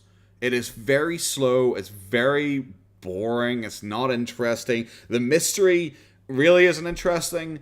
Like the quote unquote villains thing isn't really that interesting. And it didn't work. It really didn't work for me. And I was like, you can still watch it, Mama D. I'm trying to avoid outright spoilers, but it's one I was like, I'm quite tempted to do a review on it because it's just how often it failed and how poorly they communicated anything. Like, one of the main points for it is they have a full team here. Is it like the show 100? Is that the one where it's like a bunch of people crash land on a planet? Because if not, no. It's about global warming and them trying to find out. They're sent on a mission to like a moon base that's been disused for 5 years because they need to collect something. That's it. They're just told, collect something. We're not going to tell you what it is, but you have to collect something. And they get sent up for it. And a lot of it just doesn't make sense if it's a big conspiracy and they're trying to hide things with who they pick to go on it. And they've got a big cast. I think it's like 12 characters are on the team or something like that. And yeah, it's... all the characters have like names or ranks, so it's easy enough. So like, you know, Doctor Song, the other doctor, can't remember her name off the top of my head, but Captain Han, Chief Gong, you know, all these different people, you know, all these different characters. And I remember a lot of the names. So-chan, Liu, I remember a bunch of people, but there are 2 characters called E1 and E2, like the letter E and then 1 and letter E2. And I have no idea why they're called E1 and E2. Like, when I saw the cast list initially, it just said, blah, blah, blah is E1, blah, blah, blah is E2. And I was like, oh, they must just be extras. They're just background guys. But then in the show itself, they are called E1 and E2. And I was like, okay, maybe this is like Aliens, because it rips off a bunch of movies, like Aliens in particular. There's a bunch of Aliens-y scenes in it. But in particular, I'm just like, why are they called? Are they E1 and E2? Maybe they're clones. Maybe they're androids or robots or something like that. And they are not. I just don't know why they're just called E1 and E2, and it really bothered me. If I was in a TV show, what kind of show would it be? Well, obviously it'd be Cheers, because then there's alcohol. See, there you go. Don't even need to hesitate with that. I don't know what show. I would if someone said you can be in a TV show, I like zombies, so I'd want to be in a TV show with zombies, but I don't like. It's sad that I like zombies so much as bad guys, but there's like so few properties I could say that actually do zombies in any way, an interesting or fun way. Like Train to Busan is the best zombie. It's the best zombie movie that's come out in a decade, in my opinion. And then what else? Because like All of Us Are Dead, which is a Korean zombie thing, which everyone loves, but I fucking hate. Walking Dead, I really don't like. Dead Set was a solid zombie thing, but that came out ages ago. I was really young when I saw that. Shaun of the Dead's good. Shaun of the Dead's good. It's a zombie comedy, though, so...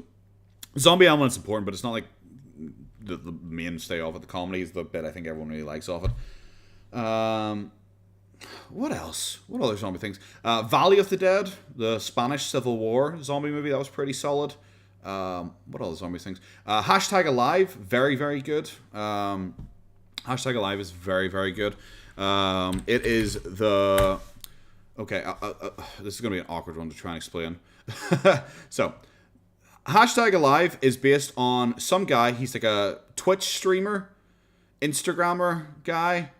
So he like stays up all night streaming games and playing and stuff like that. Wakes up the next day. There's emergency signals. His parents are gone. He's like a loser. Okay, he's a loser and he lives at home with his mom and his dad, and he's like in his like mid to late 20s. So he's meant to be like the loser character, especially in like Korean culture. And a state of emergency is declared, and suddenly zombies, you know. And he ends up trapped inside his apartment. He ends up trapped inside his apartment building with zombies, and you know he's pretty much stuck inside. Has to try and find a way to survive. Very good. Very, very good. It's a movie. hour and 40 minutes long. I think it's still on Netflix. Highly, highly recommend it if you haven't seen it. Really like that. Now, there's another one, and I cannot remember off the top of my head what that is called. 1 second here. I'm going to actually look it up because I want to do... Actually, wait. American version of... Hashtag... Because there was another version of it. Is it called Alone? Okay. Let's have a look. Alone... Trailer. That's not it. Is this it? Okay. So then it's not, you don't like Running Zombies? I like Running Zombies. I think they're good. World War Z was not good. World War Z was not good, unfortunately. It was all right in bits, a little bit. Like the end bit in the lab was probably the best bit of the entire movie because a lot of the stuff out in public was really dumb. But then you have this movie which is called Alone, and it is not a remake. I've never read the book of World War Z. No, I've never read the book. But then they came out as Alone, and I think it came out at the same time as Alive. Like Alive came out, yeah, they both came out in 2020, but they're based on the same script. They're not. It's not a remake or anything like that. Neither is a remake of each other. They're based on the same script, and they were both made like totally independently. But this to me shows why like Western horror zombie doesn't work compared to like Eastern horror zombie, because whilst this guy, like I said, he is a loser.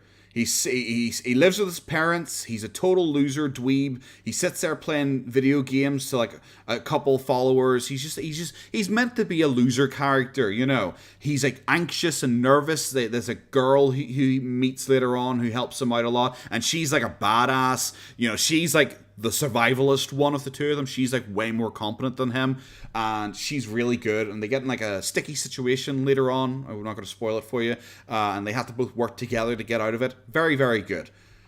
Then I saw Alone, and I didn't realize at first that this was I saw it was a zombie movie, and it was on TV, and I sat down and watched it, and very quickly I was like, this is hashtag Alive. This is Alive, you know?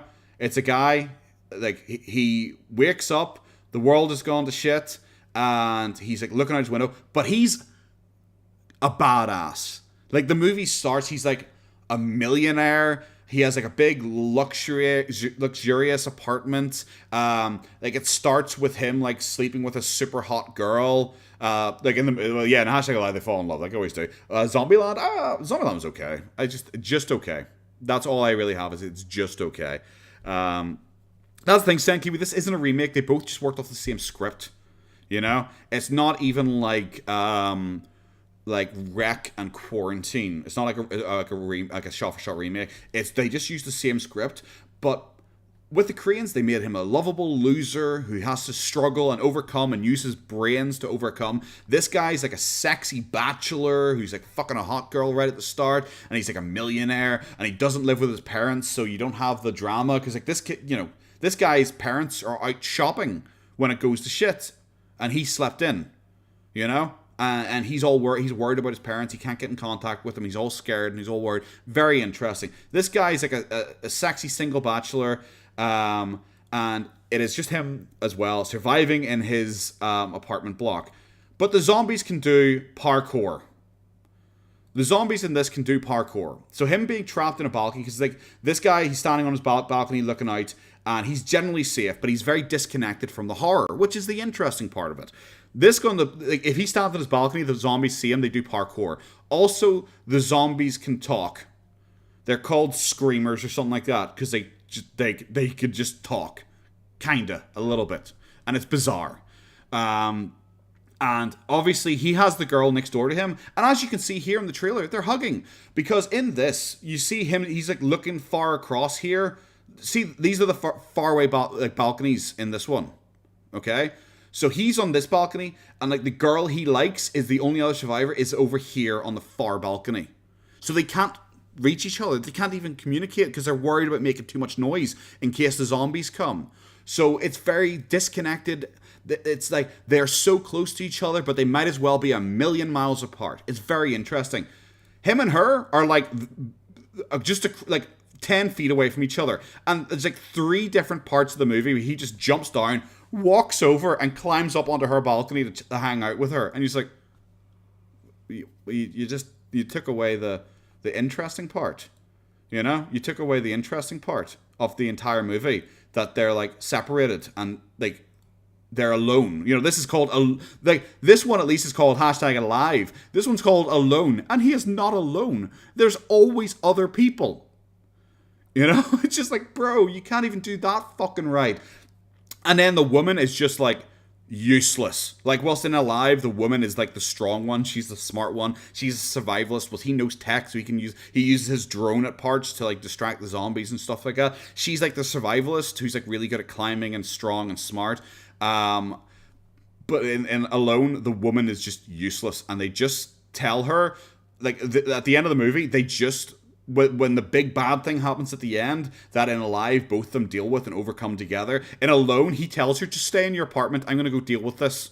And he just goes off and does everything by himself, because the woman, all she does is scream and cry, and anytime she gets in trouble in her apartment, he jumps over, runs over, climbs in, saves her, and then goes back to his apartment for some fucking reason. You know? It's dumb. Have you seen the Indian version of Forrest Gump? I have not. That sounds outstanding. Indian version of Forrest Gump. Indian Forrest Gump. Oh, is this only recent? Lal Singh Chadha. Oh, oh. Is it funny? Is it like funny bad? Is it like funny bad? Am I gonna watch Hunt? What's Hunt? Hunt. The Hunt? Oh, is this one of those like human prey ones? No, it's from 2022. Hunt trailer. Let's have a Jeffrey Jake. Boop. Let's have a Jeffrey. Whoop, nope. Is this it here? 모두 절멸한 것 같습니다. 이 시간부로 24시간. 수사 선상에. That's pretty good. I have never watched Squid Game, by the way. I know that might upset some people. I've never watched Squid Game. I'm a hipster, and when things are too popular, I don't watch them. It looks interesting. I'll have to check this out. So is it coming out soon? I probably need to watch Squid Game first, if we're being honest. It's new Korean that just came out. Oh, I'll definitely check it out, because I like Korean stuff. No, I do need to watch Squid Game. I do need to watch Squid Game at some point. I do, but I haven't. I just haven't. Hidden is really good with Alex. Is that the one where he's in a bunker? It's like Apocalypse. Hidden. That's the one where he's in like an underground bunker, isn't it? Yeah, see, I saw that, and I wasn't sure if it was similar to... Fuck, what's it called? It was from 2015, so it was a fair while ago.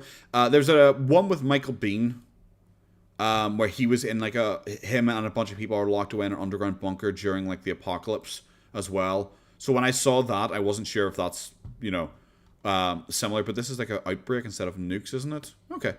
No, I like Alexander Skarsgård, so I'd like to watch it. Apparently, I think I say Skarsgård wrong. I'm not 100% sure, but I probably will watch that at some point. But yes, guys, I think that's probably it. I'll probably finish up the stream here, guys. Unless there's anything else anyone can think of, but I think we've covered everything pretty well, guys. It's been a good time all around. So yes, guys. Outbreak like 28 days later. Oh, that kind of outbreak. Ah, that sounds even cooler. I'll take that. That sounds good. I'll be all over that. Okay, fun dabby dozies. Yes. Okay, guys. Well, thank you so much for coming to the stream. I hope you all had fun. Yeah, 2 hours 40-ish minutes. Not too bad. Not too bad. Like I said, I'll try and get another video out maybe tomorrow-ish time. Haven't covered Boogie hitting his dog. It's a breaking story. But yes, guys, try and get another video out here, hopefully tomorrow. Probably gonna be Amberlin related, not gonna be Boogie content. But we shall see where we go from there. But yes, guys, thank you all for coming. Hope you all have a good weekend. Enjoy the rest of your time. I will post up when I'm next doing a stream. Maybe gonna be another Hump Day one. Because obviously I don't think I'll be streaming next weekend because it's obviously Christmassy time. But yeah, that's gonna be us, guys. So everyone, take care of yourselves. Have a good one and enjoy.